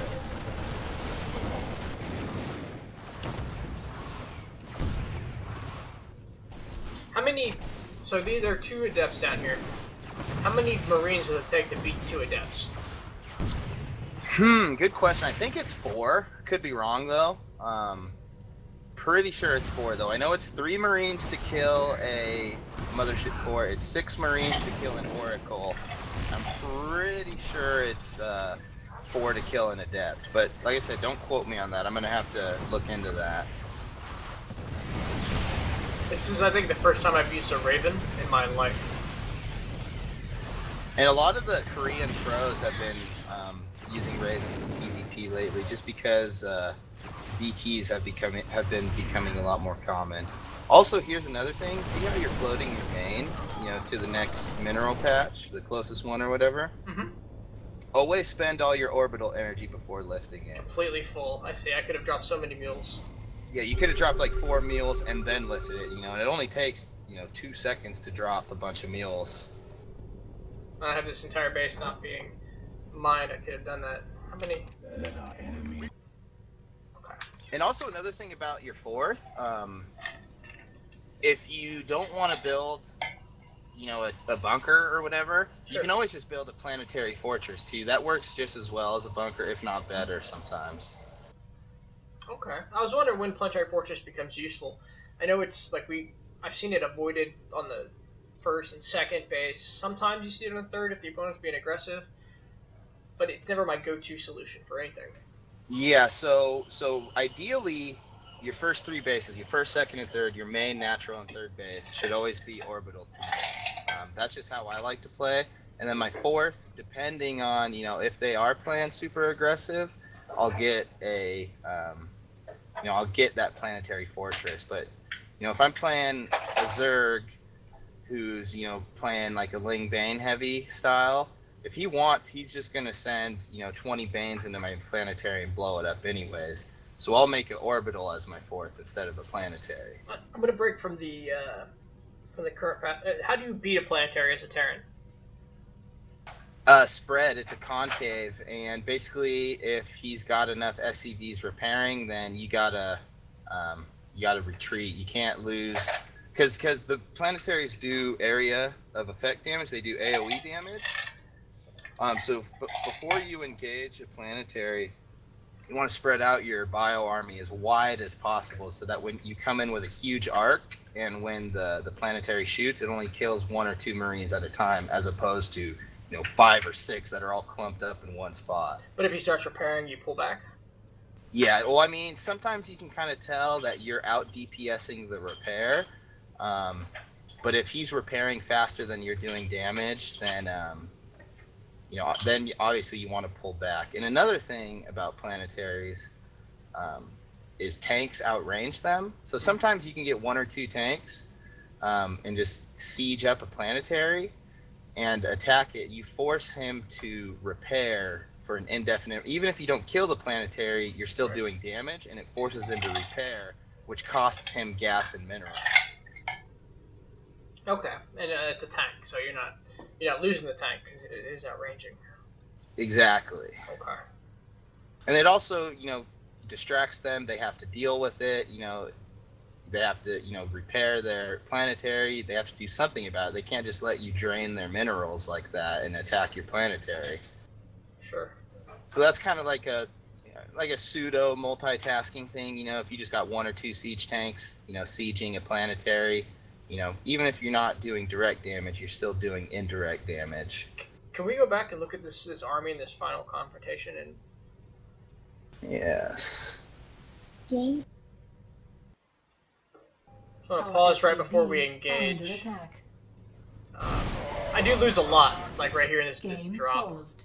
So this drop, Wait. you shouldn't have lost it. You shouldn't have sent all of your medevacs over there either. What I would have done is do as much damage as you can to his tech. Like, as you see, you unpowered his cyber core, you killed a bunch of gateways, you killed his robotics bay, I think.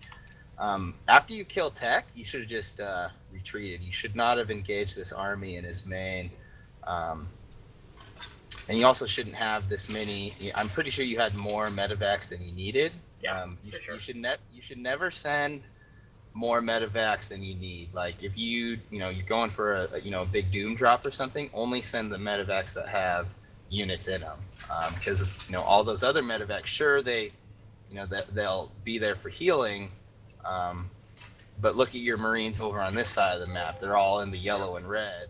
You could have 4 or 5 medevacs healing those, and you would have, killed these zealots easily. And they're all full energy, so they didn't even get to use.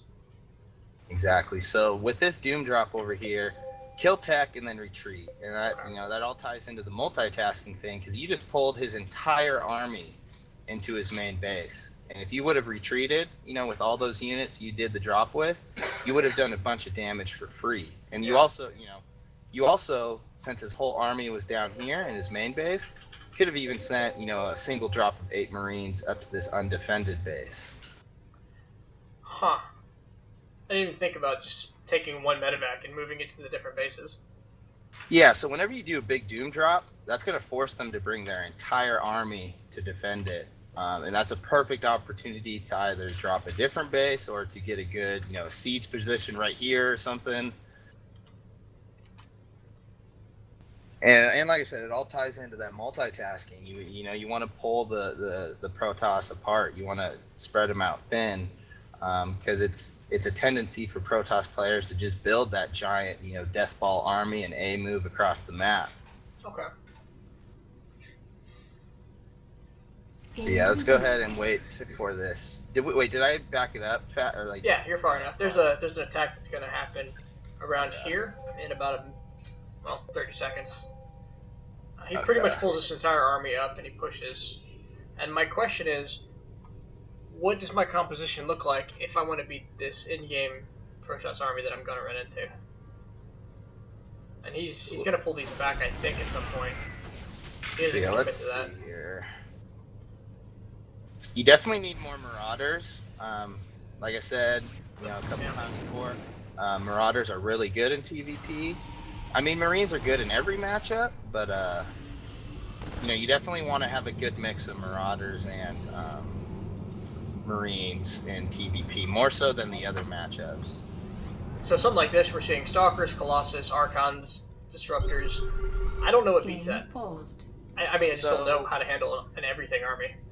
So click on an Archon and look at how much health it has. 350. That's its shield. Look how much health it has. 10. So, and also think about what I told you about Ghosts. Ghost gets rid of Protoss shields. Okay. So if you just had 1 or 2 Ghosts with an EMP, I think you would have won this engagement easy peasy, because you could have hit his Archons, and you basically one-shot an Archon after you EMP it. I think you stopped producing Liberators. So Vikings used to be the answer to Colossus, but now Liberators are. They don't do as much damage, but Colossus aren't as strong as they used to be. So I think you should have more Liberators. You should definitely have more Marauders. It's 16 minutes in, you're on 4 bases. You should have started Ghosts a long time ago. And even though he doesn't have Storm, the Ghosts are still super effective against Protoss. And also, did you know that if you have a Ghost, you can EMP a Dark Templar and it removes its cloak? Wait. Huh?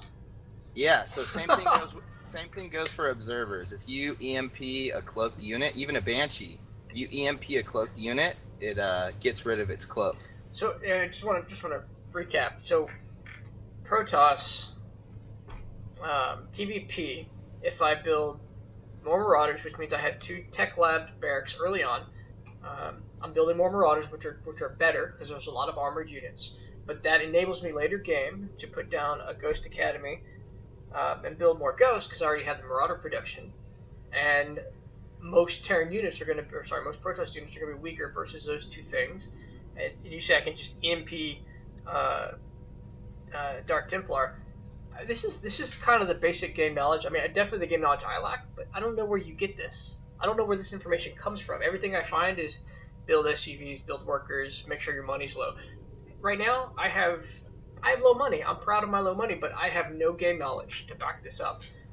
I don't know where you get this. Like, where do you learn this stuff?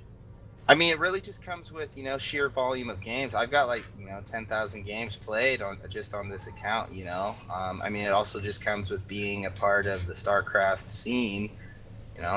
since Wings of Liberty, it's just those little quirky things you learn, like being able to EMP a Dark Templar or EMP a orbital command, etc. Obviously, you're not going to want to go ghosts off a 2 base. That's typically something you want to wait.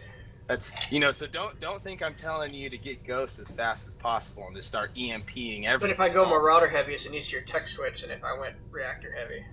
Exactly. Like, look how many reactors you have. It's good to always have add-ons on your barracks, but in TVZ, I'll opt to go for this high reactor count on my barracks.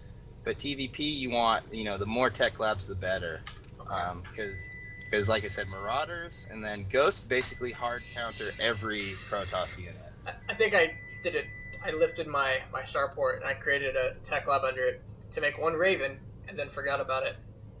Yeah, so don't ever do that. If you want to get a Raven in TvP, make a second starport. Got it. So yeah, if you ever, because a Raven is a good idea to get in TvP because it lets you kill observers, it lets you, not die to DTs. But if you're ever going to get a Raven in TvP, which you don't have to every single time, sure, don't use your original starport. Build a second one, and then ideally, you should you don't necessarily want to build a tech lab on the starport. It's even though you want a lot of tech labs on your barracks, it's okay to put a second. To take a barracks off a tech lab and, put a new starport on that tech lab. Because if you do, make a lot of tech labs, you're going to have a lot, 4 or 5 or whatever. Having 1 less for the sake of getting a Raven isn't going to hurt you that much. Okay, I can see that. Okay, it looks like I could have even won this game if I just made a few small adjustments. Yep, definitely. I think you could have won this game. The thing about Archons and Colossus and Disruptors both, they all hard counter Marines, and that's all you have right now. And also another cool thing I just thought of, I want to mention about the Raven, is Raven's, the point defense drone, counters Stalkers. So it deflects Stalker shots. Stalker shots count as missiles? Yep. Okay, I'll take it. So yeah, let's go ahead and we'll just watch this engagement real quick, see what happens. I'm pretty sure. Yeah, you just kind of die to everything. Yeah, that was brutal. That wasn't even a fun. Just look away. So yeah, Marauders counter Stalkers, and Marauders also counter Colossus. Ideally, you should have had some Liberators at this time to also counter the Colossus. And then once the Colossus are dead, you siege them to deal with the ground army. And you should have had some Ghosts. So I like how you're focusing on that, Marine heavy macro. But yeah, definitely Marauders, Libs, and Ghosts need to be the three units you're thinking about most in TvP. Okay. Libs and Ghost. And like I said, even if they don't have High Templar, your Ghosts are going to take away half their health. Well, not their health, but the EMPs are going to get rid of shields, so they're going to have half as many shots it takes to kill the Protoss units. Sure. Anyways, yeah, I think you did pretty solid this game. Like I said, you did pretty well at with that marine macro. You were too passive on both fronts, expanding and attacking.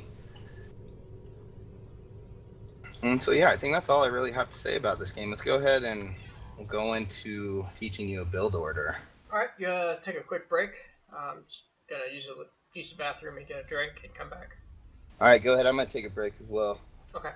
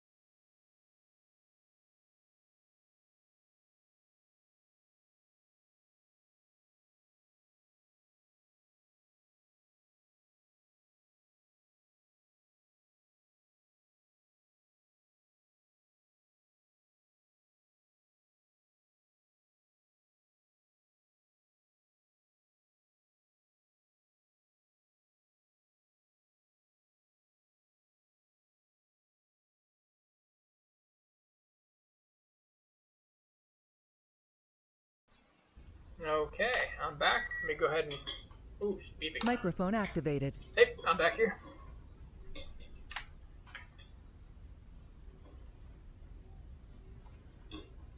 Give him a minute to come back, and I'll be munching on stuff on camera, so excuse me while I eat the most delicious chicken cordon bleu that you can buy in a frozen section in a grocery store located in mid-Missouri.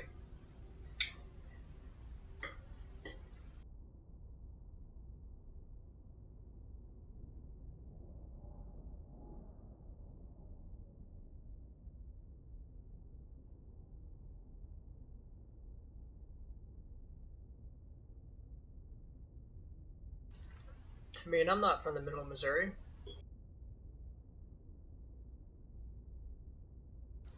From western Missouri, California. How about that?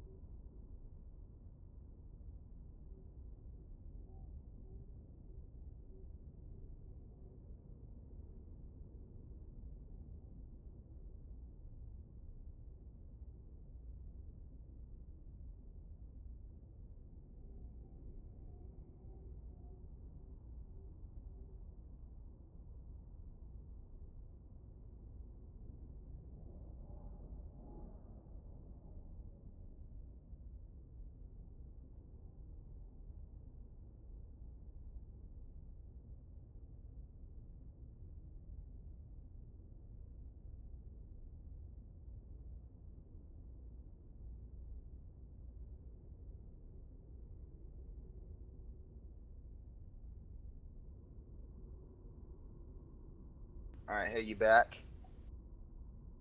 All right, neato. All right, so how do you want to do this? Do you, because I do have a build order in mind I want to teach you, but should I try to look through my replays and find one, or would you rather do like an Archon mode thing where I do the build and you just kind of observe? I think Archon would work. I would like to watch it, and then I wouldn't mind trying it with your guidance. So how about this? What if I find like a friend of mine, like a Protoss friend, and I can, do the build against him. Hopefully I win with it. And then, assuming I execute it how I want to, we can then go over the replay, and I can explain it, throughout the entire replay, and then let you try it. Perfect. All right, let me take a moment to see if I have a Protoss friend online.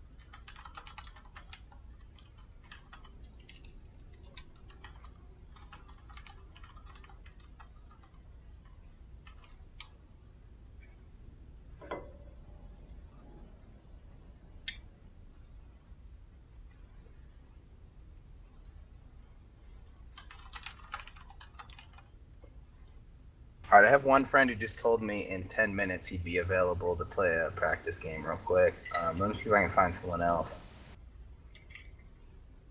And he's also, my buddy I just asked, he said, I'm not a fan of teaching lower level players multitasking so early on, which I guess I sort of agree with in a way, but I really do feel like it's an important part of TvP. Because I told him what I was doing. I told him what build I wanted to show you, and because I told him we're emphasizing multitasking in TvP.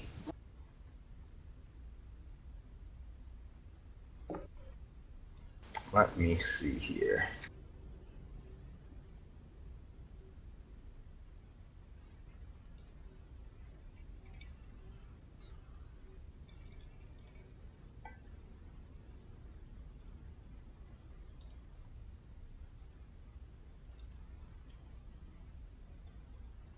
I mean, I'd like to say, if I had to analyze myself, I'm a victim of not necessarily core mechanics, like the basic macro, as we probably saw the last episode, but I'm definitely a huge victim of the complete absence of game knowledge and multitasking.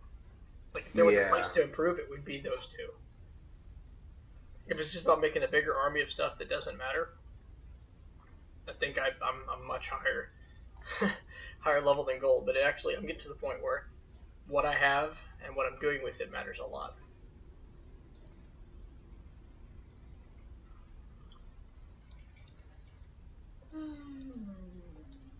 Yeah, just give me a little bit. I'm trying to find an opponent.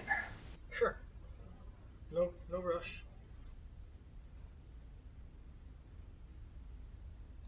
Let me see what my I could always check the sandbox. Let me put out a shout.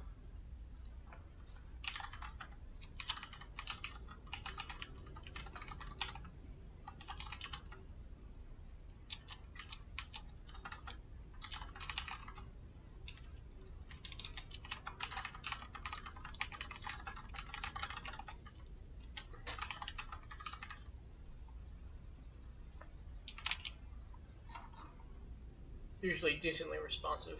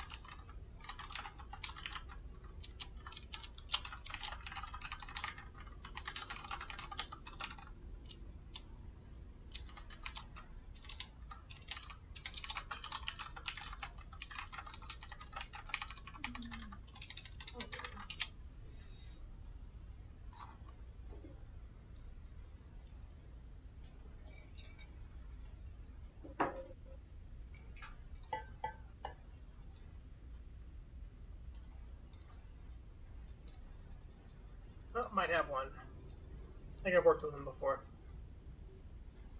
I do have leads, so it should be easy. Okay. I think... If you beat me to it, that's fine. Yeah, so I've got two buddies. The one who I just mentioned, and then a second one. Actually, he says he's ready.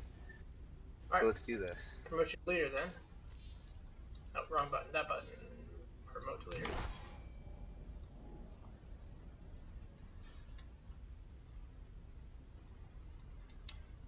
And also, if you don't mind, this is my buddy Monk. He plays all three races at a pretty high level.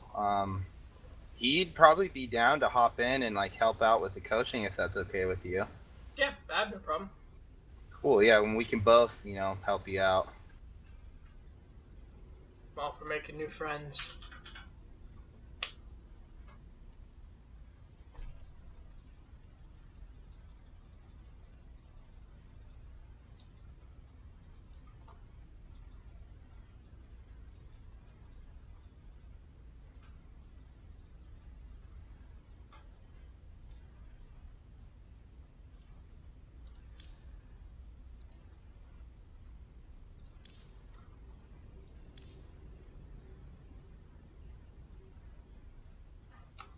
All right, he's getting online right now. Yeah, the guy who reached out to me hadn't. He added me to his contact list, but he hasn't said anything. So yeah, definitely no worries there. Go with your friend, never mind. Random acquaintance.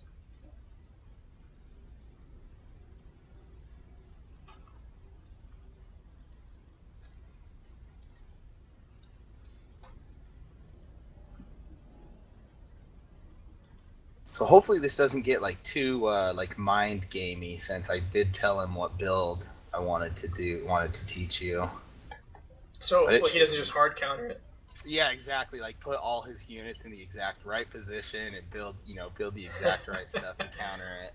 I mean, at least the TVZ seems to just be an opener, and I just understand that what they need to transition into.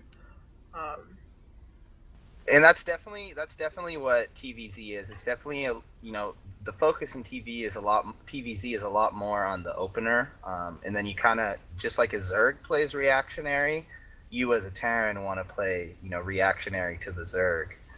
Now, what's our counter to? I mean, going back to Zerg. So as we noticed, Zerg can just plop down one building and then build 10 to 50 of that thing, and we have to preemptively react to it. We just kind of have to build liberators and all it when we get to the end game of all. So yeah, it kind of depends. Like I was saying, when they go for a Ling Bane Muta style, that kind of tells me that I'm gonna want to start Thors eventually. Not just because the Thors help against the Mutas, but because Thors are a decent option against Ultras. But if they're going like a Roach Ravager, like I said yesterday, it's inevitable that they're going to make Ultras at some point. That's just what everyone does. So you're going to want to, at some point during the mid game of Roach Ravager versus Bio Tank or whatever, you're going to want to start adding in ghosts. Okay. Ghost. Need more experience with those. Let's add this monk. I wonder if you'll add friend. Friend request.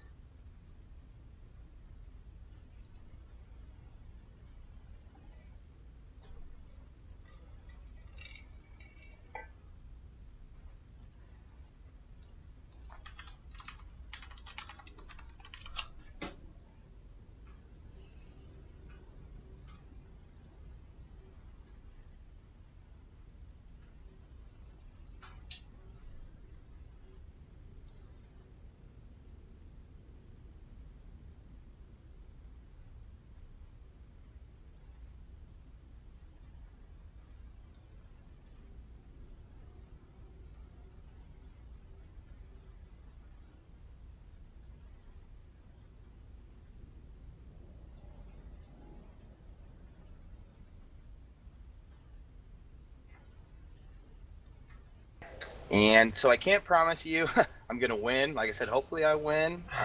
But it's more of just like the build order and my little nuances that matter. Okay.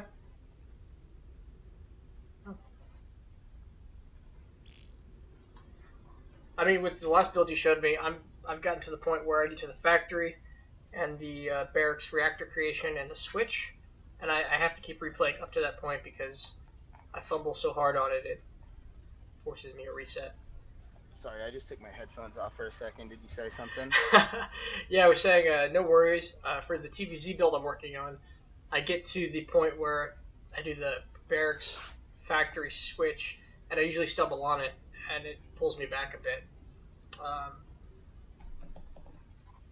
So I'm still going to work a lot. I got a lot of work on all of them. Even if we only get to the first 5 minutes of the build, I'm going to be able to pull a lot from it. Yeah, and so basically with that TVZ build I taught you, just try to replicate, the replay I gave you, step for step, up until that point where, that around that 4 to 5 minutes I told you, where you have to decide if they're going Roach Ravager or if they're going Lings. Sure. Because basically in every matchup, every game is different. There's always going to be points where you're just freestyling, There's no such thing as a build that's going to carry you through 100% every single time, Right. User joined your channel. What's up, Dipwood? We're doing User joined your channel. some TvP coaching. Would you guys, want to give any insight or help us out at all? What are you coaching? TvP. I'm just teaching him a build right now. This is actually being recorded too, so just keep that in mind. User Is this left the your guy you channel. were talking about with the 4-hour training? Yeah. Hi. Sure. I'll get out of this game. Okay. I love how you said we're being recorded and somebody immediately left. Yeah. Well, I'm interested in it because I'm playing Terran on EU, so. Well, Okay, hop on NA real quick, and you can jump in this game. I'm about to do a game against Monk. He's playing Protoss. I'm just basically just going to demonstrate a build order, and then we're going to go over the replay. Alright, well, don't worry about it. I gotta finish this game first. Okay.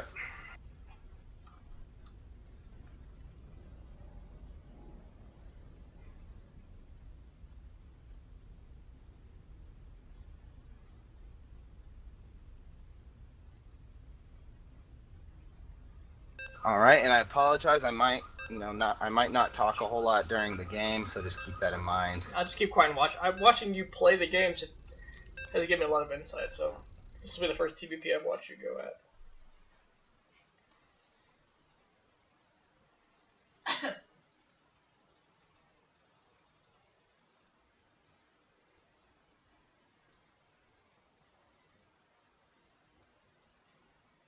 I'm trying to talk to myself, but I'll use my mouse to highlight what I'm seeing. Okay, yeah, go. Feel free. Also, you can feel free to ask questions too. I mean, I'm not going to be completely silent. If you ask me a question, I'm going to answer it. So. I'm gonna go ahead and just watch your view. I don't need to see him for this. Yeah, that might be a good idea. What league is the person you're coaching? Sorry, what? What league are you? Oh, I'm gold. He's soon to be plat, though. That's a lot of confidence. Thank you. I mean, if you have a good build order, you're diamond easy. I hope. I mean, no. Ladder points don't matter. Additional supply depots. My ladder required. anxiety is not an issue. That. I want to learn that. Building your barracks in a position where you can build your add-on without lifting it. Do you use the build grid? I do. I just haven't worked on it ever. Because you should be able to see, you can see 2 hex squares or whatever, and you just build it 2 to the left. You know what? I'm just gonna do it every match now, and I'll pick it up or I won't. In some maps you don't need to, since the add-on side is, on the inside of your base or whatever. Yeah. Very map dependent.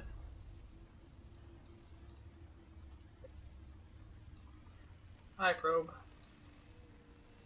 Okay. So was it refinery before or after the barracks? I didn't catch it. It's 16 barracks, 16 refinery.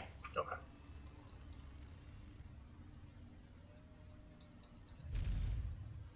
So far, everything's the same. Yeah, this build starts out with just a standard Reaper expand. Upgrade complete. And then we're going to make a reactor directly after the Reaper. Reactor versus Marine. The Grim Reaper has arrived. Yep. And then directly after the reactor, we're going to make a second barracks and then a second gas.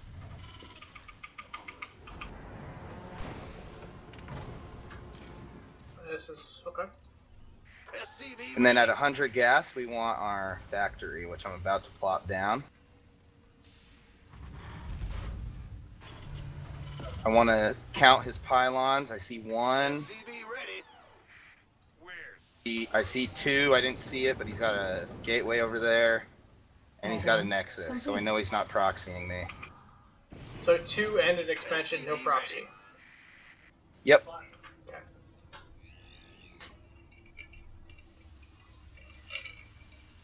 You doing any add-on switches with these barracks and factory up here? Yep. Tech lab as soon as the second barracks completes.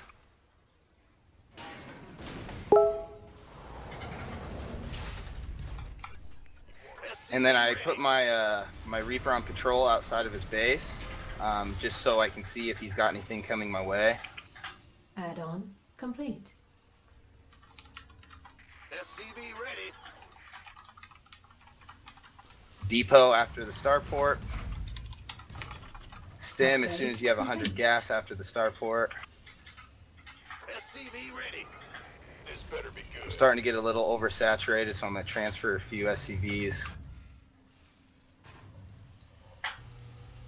And then I'm going to send in my Reaper again just to see if I can get a good scout. If it dies, I don't care. Add-on complete. So I see he's got a robo. He's going to do some sort of drop, I'm pretty sure. Or he's getting a observer, which is likely, and then a warp prism. Oops, and I misrallied my SCVs and my natural. Try not to do that. SCV ready.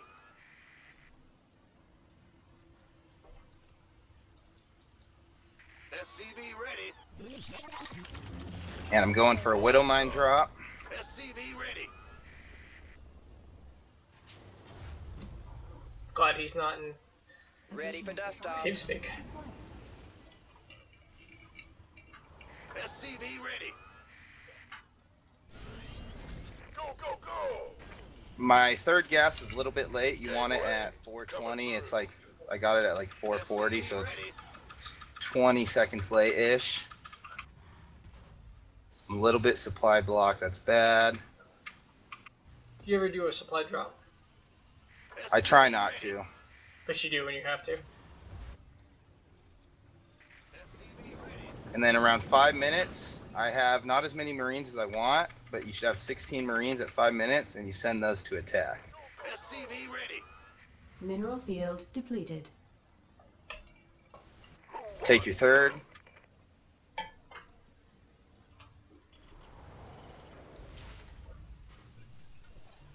Reporting for action. SCV ready. Somebody, get me out of this mess.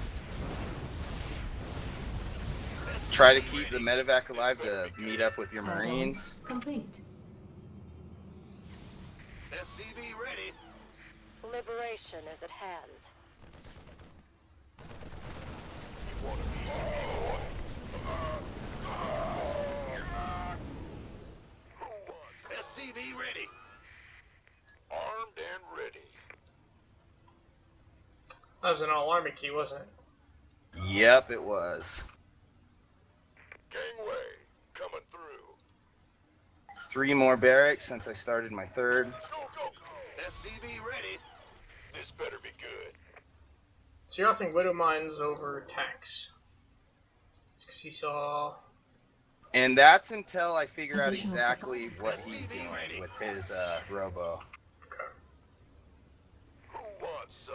Additional supply depots. Ready for dust-off. All hands to battle stations.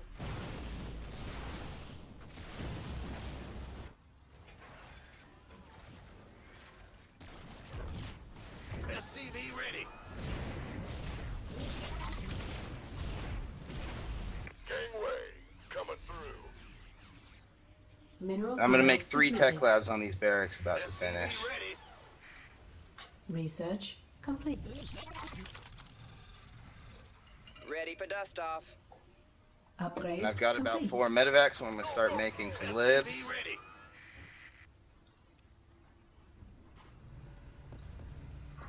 They haven't been making... Oh, there's your first Marauder. Okay. Add-on complete. SCV ready. Depleted. SCV ready. Additional supply depots I required. just dropped a supply. I didn't want to, but I did. You want a piece of me, boy?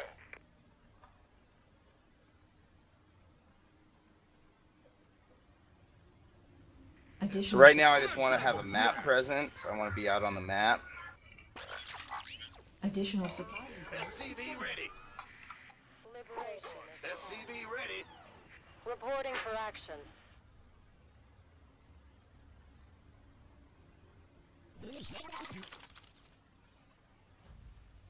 SCV ready.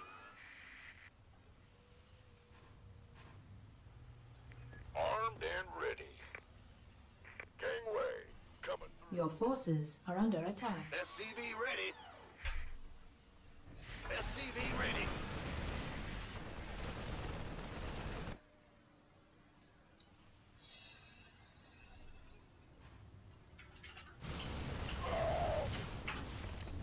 Mineral field depleted.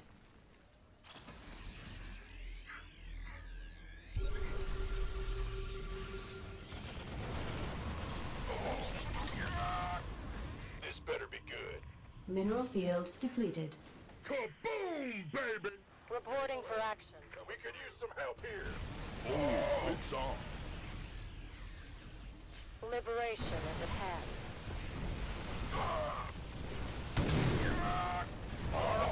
SCV ready.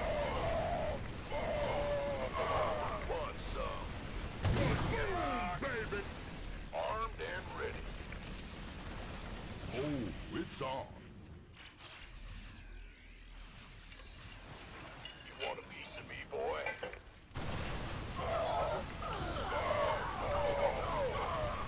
This better be good. This might be a bad example because I entirely forgot upgrades. Liberation is at hand. I hear they're overrated anyway. Reporting for action. Who wants some? This better be good. Glorious combat upon us. You want a piece of me, boy? Who wants some? SCV ready. Kaboom! Gangway, it's go time. Go, go, go! Reporting for action. SCV ready. Armed. Alright, so there was definitely a little bit of sloppiness in that game. I blame that on trying to talk. I'm not very good at talking while I play, but obviously you don't want to wait so long to start upgrades. That was a really bad mistake on my part.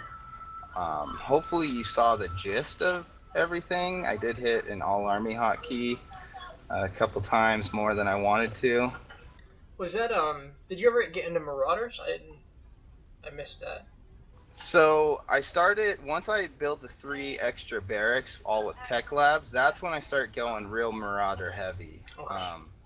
Because up until I build those 3 extra barracks, I want as many Marines as possible for that frontal push while I'm doing the Widow Mine drop. Okay.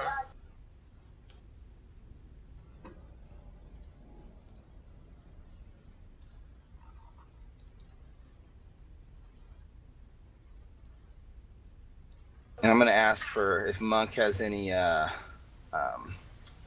input. They look like a lot of look like a normal Reaper fast expand as I've come to understand it. Looks like instead of the Hellion production I saw, Widowmine production lifting off for the medevac to take, or lifting off for the starport to take those reactors, and then going into more Widowmines. What would have caused you to go tank? Just a stalker heavy? Yeah, if he had been doing like, if I had saw like a Twilight Council instead of a Robo when I got that Reaper Scout, I probably would have opted to go for tanks. But also another thing about that build is it's because you do that Widow Mine drop. Widow Mines aren't good against disruptors. So if I had seen like disruptors, while I was dropping, or if I saw like a Robo Bay with my scouting Reaper, I probably would have still made a couple Widow Mines, but I would have switched into tanks. If I saw disruptors and a blink play or something. I don't know if you saw my message, but I'm on. You're actually already on my friends list. I don't know when that happened. For me? Yeah, you just came online.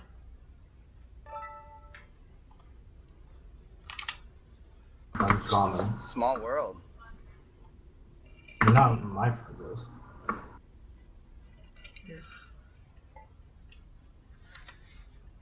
So yeah, I'm also gold level Terran. Here to learn. Wait, really? That looks a lot like a... Oh, I'm silly the odd man out. It looks a lot like a master border to me.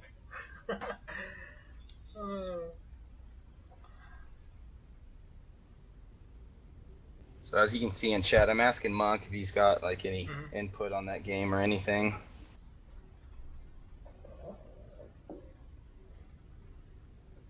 I think a lot past that, there's not a lot of answer to everything, right? Without knowing the game knowledge. Yeah, exactly. And there really is, there's only a certain couple things that have, a 100% finite answer. I guess I just kind of assumed, he wasn't going to be making disruptors. And so that's why I wasn't really thinking about making tanks. And that's why I, kept, making those Widow mines. Some games you can get away with assuming things. And in TvP compared to TvZ, the distinction between, should I get Widow mines versus tanks isn't as, distinctive. Now, 1 second, phone's ringing. Take it.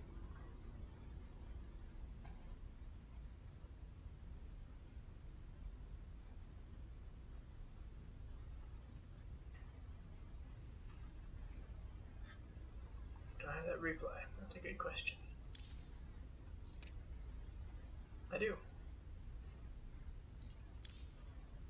Time to snatch you.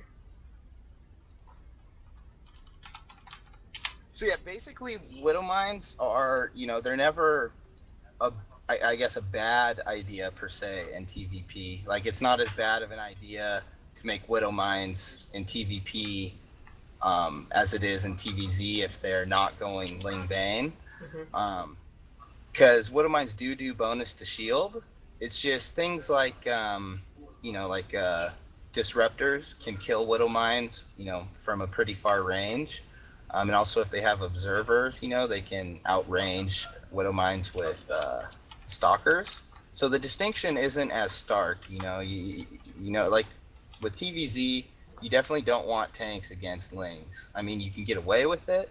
It's just not recommended. In TvP,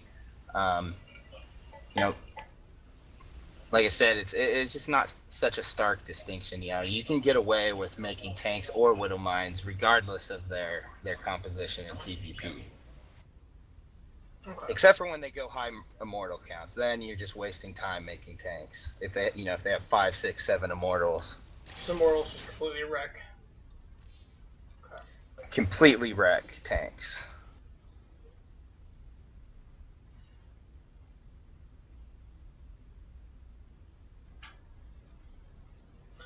What do you think the best way to go about just giving a run through on that? I'm probably just watching the replay. Okay. Let's go ahead and all 4 of us, let's watch the replay and we'll just talk about it.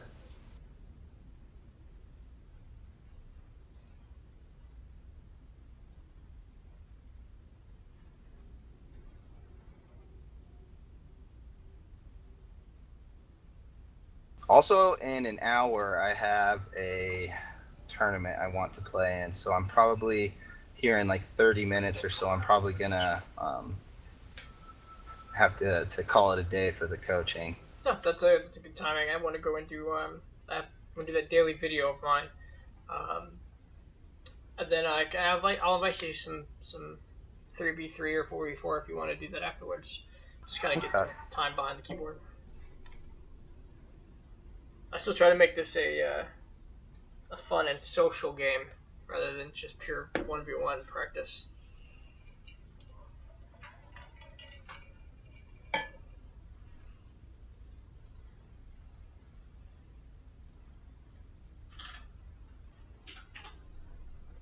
Take a look at that.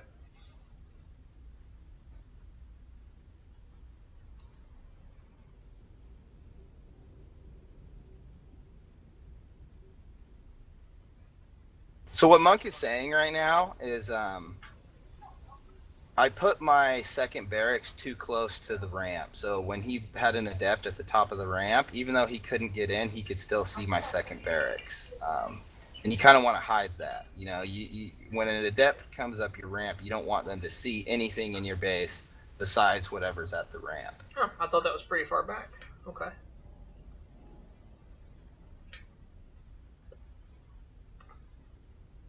So unless you're doing for a quick switch onto the factory, you don't want to necessarily put your factory right behind the barracks. Yeah, so A lot of little things. Obviously, you know, I'm not a perfect player. I still make mistakes every now and then, obviously, so. Wait, am I not learning from Flash? I can't afford Flash. I tried. Kidding. To be honest, man, Flash kind of sucks at Starcraft 2, Kappa. That's live. You said that on record. I know, shit. Okay. I actually didn't. I've only been into the GSL now for the last year. I missed so much of it. Like I watched it in 2010, and I'm watching it this season. But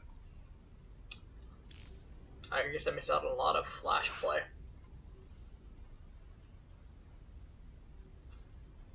Dipwood, why? You're my friend. When did that happen? Well, I don't have you on my list. Really?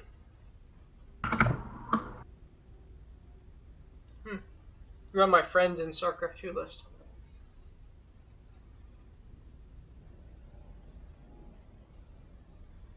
Are you in the sandbox? Yeah. That's it. What's the sandbox? So the sandbox is a program, a community developed by Jack Attack, mostly meant to focus on practice partners and deliberate practice methods. 2 sections of it on Skype are really just asking for partners to practice certain matchups and talking constructively about the game and debating things. Maybe if I'd read more of that, I wouldn't have as many questions, but they get into a lot of really heavy strategic discussion. Okay. Alright, well, I'm going to start this replay. If Monk wants to join us, I don't know. He's not saying anything. And he joined the lobby, so. Guess he's game. The cool thing about Monk is he's one of the most like standard macro-oriented players I know. So he's a really good practice partner just because I know he's not going to like try to cheese me or try to, you know, one base all in me, which I guess is kind of a negative thing too, because it lets me assume so much about him, you know, because I don't have to be afraid of, you know, proxy oracle or something.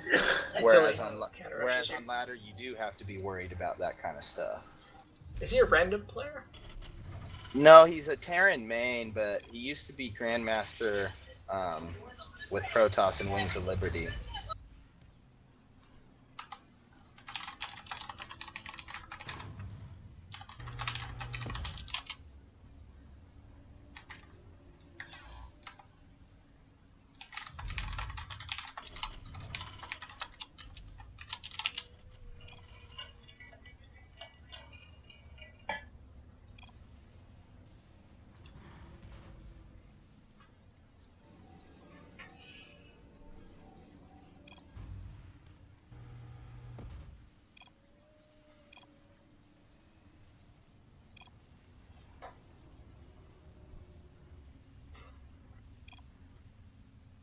Is that just because you want to get there before the wall?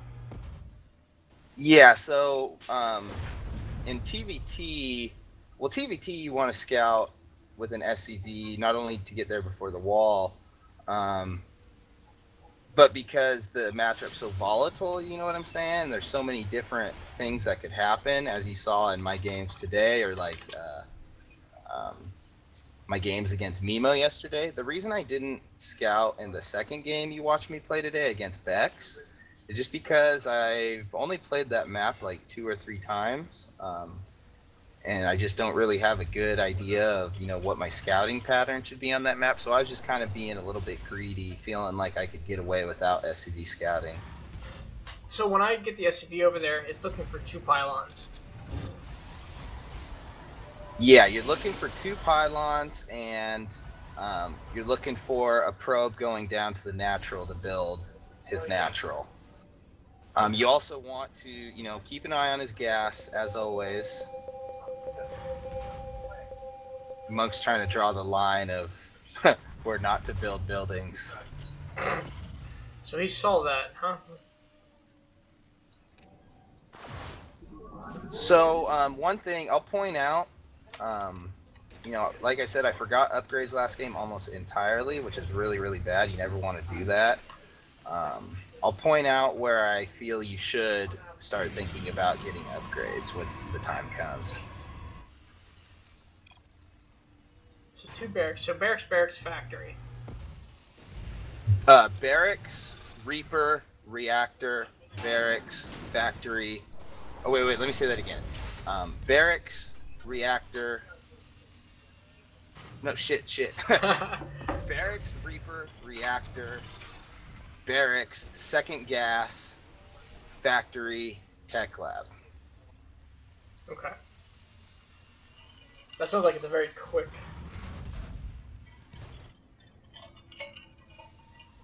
Oh, so I guess it's adept coming. You're supposed to see the barracks, so it should be farther away. Yes. Okay, let's take a look. That was a small mistake I made. I mean, it's not the end of the world, but obviously you want to hide your tech in any matchup. Oh, barely. Okay, I see. The firstborn shall persevere.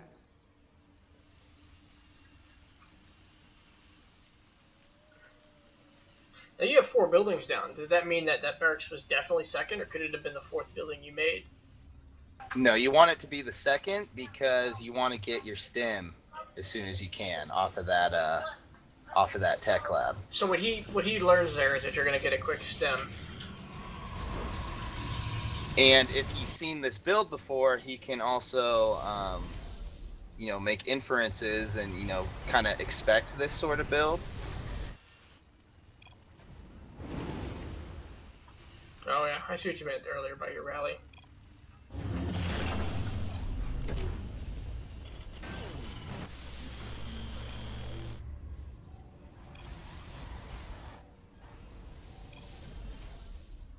If I only make these mistakes, I'll be so happy.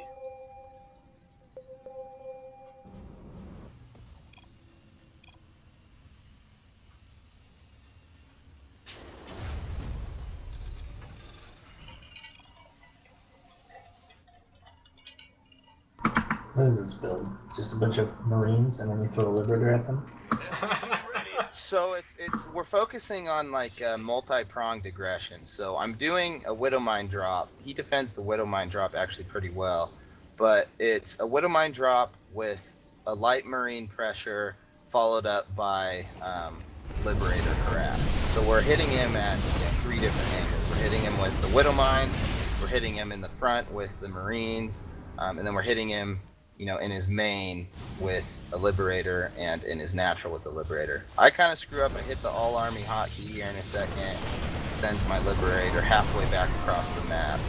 It looks like he expects the multi-prong attack because he moves his militia corps from the natural to the natural to the 3rd fairly quickly. Well, he expects it because he has it on. Yeah, he saw my Marines coming with that observer. Oh, yep, I saw that actually. Well, good on him on not pulling that. All this stuff's supposed to hit like at the same time. They sort of staggered in. Yeah, and that was, you know, that's kind of a mistake I made. All of the stuff is supposed to hit around the same time. The Liberators are a little bit later than the Widowmine drop and the Marine push. User joined your Hello, channel. I'm being recorded. Hello. Who's that? Swag fries. Hi, Swag Fries. You're gonna be on YouTube and Reddit.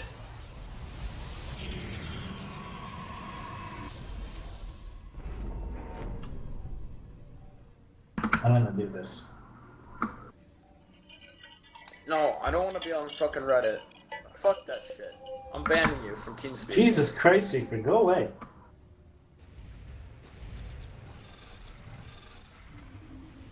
So I haven't seen a Widowmines and Marine army used. At least I haven't focused on it. Watching User it. left your So it's channel. good to see this.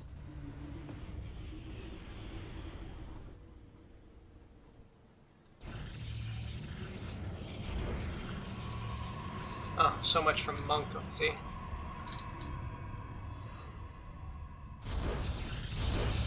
Okay, I don't like this build anymore. This is making me tank attacks.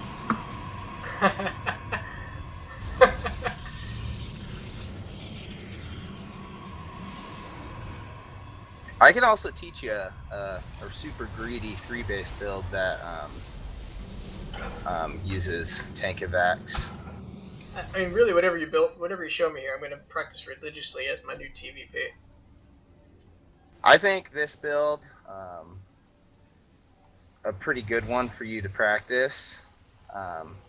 But just like I showed you 2 builds in TVZ yesterday, I do kind of feel like I want to show you another one in TVP. I'm down for that. I just want to get into your tournament. Is this an automated one or a normal? It's a Masters tournament for $5. It's called the No Name Masters Weekly. I did a NSL tournament a little bit ago. Have you ever heard of the Chobo Team League? Sorry, the Chobo what? The Chobo Team League? No. That's something you should check out. I'm going to link you that after this. Okay. I did the NSL Bronze League Gold just to kind of get the jitters out of myself. The Chobo Team League is going to help you improve a lot. User joined your channel. It's like a community-run, team league for people under Masters League.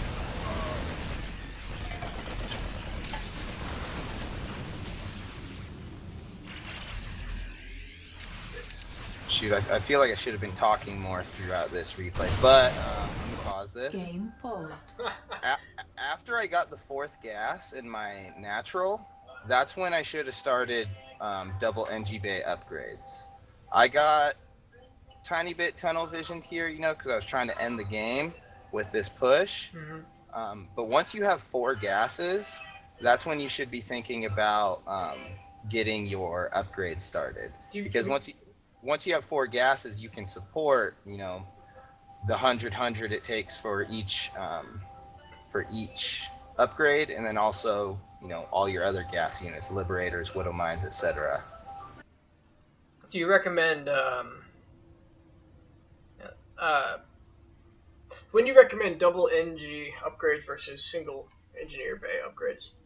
So I typically go double NG Bay upgrades in TVZ and TVP every single time. TVT is the only matchup that I won't go double NG Bay every single time. Okay.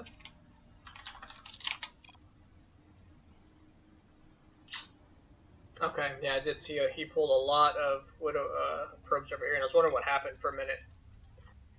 But I did see the Liberator. Also, so around this time too, around 9 minutes or so, I should be taking a 4th soon, and I should also start thinking about ghosts soon. Especially if this push doesn't do anything. If we notice, he's got a Templar Archives, so he's going to have Storm relatively soon. Okay. So Templar Archives should mean Ghost. Oh yeah, Templar Archives, you want to have Ghosts, hopefully before the Templar Archives, but if you see a Templar Archives, that should instantly prompt you to get Ghosts. Okay. And yeah, so I guess that's really it for this replay.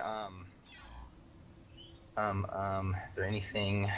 I have the Sultan coding, so it's something I can definitely practice. I think the big focus seems to be the emphasis on tech labs.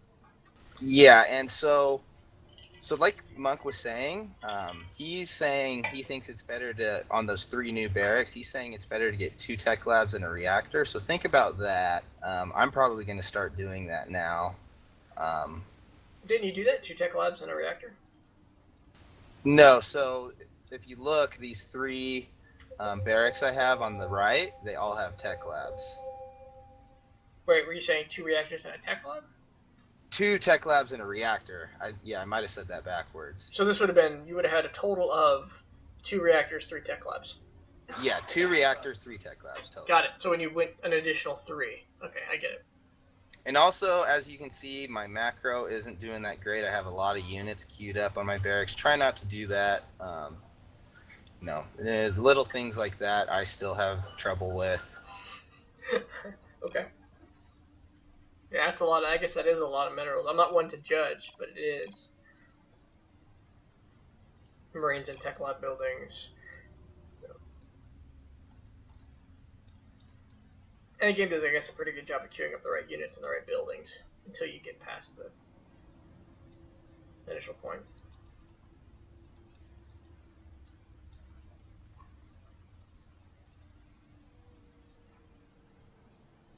Yeah, and since Muck plays Protoss, I mean, it's not his main race, but since he plays Protoss, he probably does have a little bit of a better understanding of TvP than I do. So we should definitely heed, whatever he says.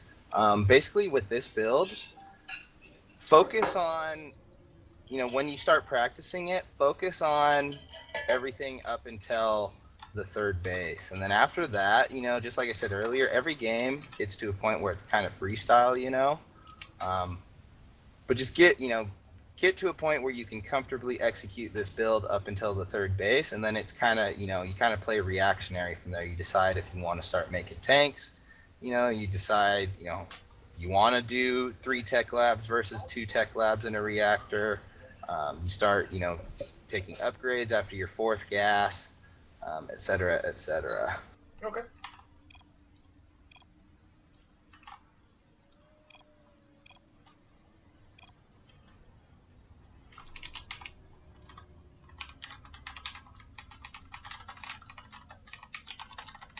Are we done today? Or is this the one build, or do you want to do another one before your tournament? Let me see, what time is it? What's the time on the recording? How long have we been doing this today? 2.5 hours.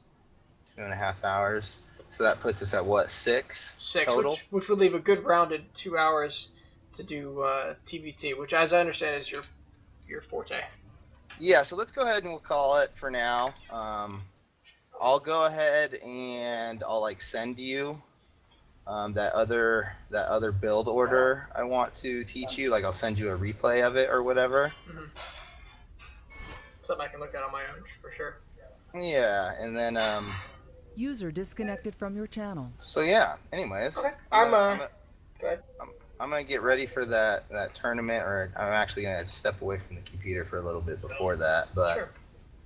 Let me know when you're done, and get Mumble downloaded on the side, and I'll send you an invite once I'm done my recording and my buddy comes home. See if you want to join us for some group games. All right, perfect. Well, hey, buddy. Thanks for watching, and I hope you've learned something today. And like I said earlier, I kind of want you to do some homework and play some ladder games, see if you feel any better or whatever. Oh, definitely. I did one last night that's actually on YouTube. You should check out. All right, I'll do that. I did your thing, and it worked well enough. Nice. Good job. Well, anyways, hey, yeah. You have a good day, bud. Hey, you too, man. Talk to you later. See ya. Bye. Disconnected. So, a lot to focus on there, right? So, I'm going to do my homework. If you're a fellow Terran player at my level, do yours. Take a look at... I hope you're taking notes, because there's so much information to cover during that time period. Yeah. It was a great day, actually. I'm going to take that build. I have the salt and coating. It will be, wait a minute, below in the description, at least the spawning tool piece. So if you know how to pull a salt and coating, go ahead and take a look at it. I'll probably drop the replay in the GG tracker as well, so you have it. Thank you for watching. Hey, this has been Uncommon Starcraft. Hope you're learning as much as I am here. One more session of this, and then I have a lot of homework and a lot of practice to do. As he said, I need to be in the ladder. I need to be trying these things out for real. I'm going to put them in Salt. I'm going to put them in the Multitasker Trainer. And then I'm going to go full bore into the ladder. And we're just going to ladder, and we're going to ladder, and we're going to ladder, and we're going to ladder. Thank you again for watching. My name is Casey. You guys are fantastic audience. All 13 to 25 of you who tune in on a daily basis. Have a great day.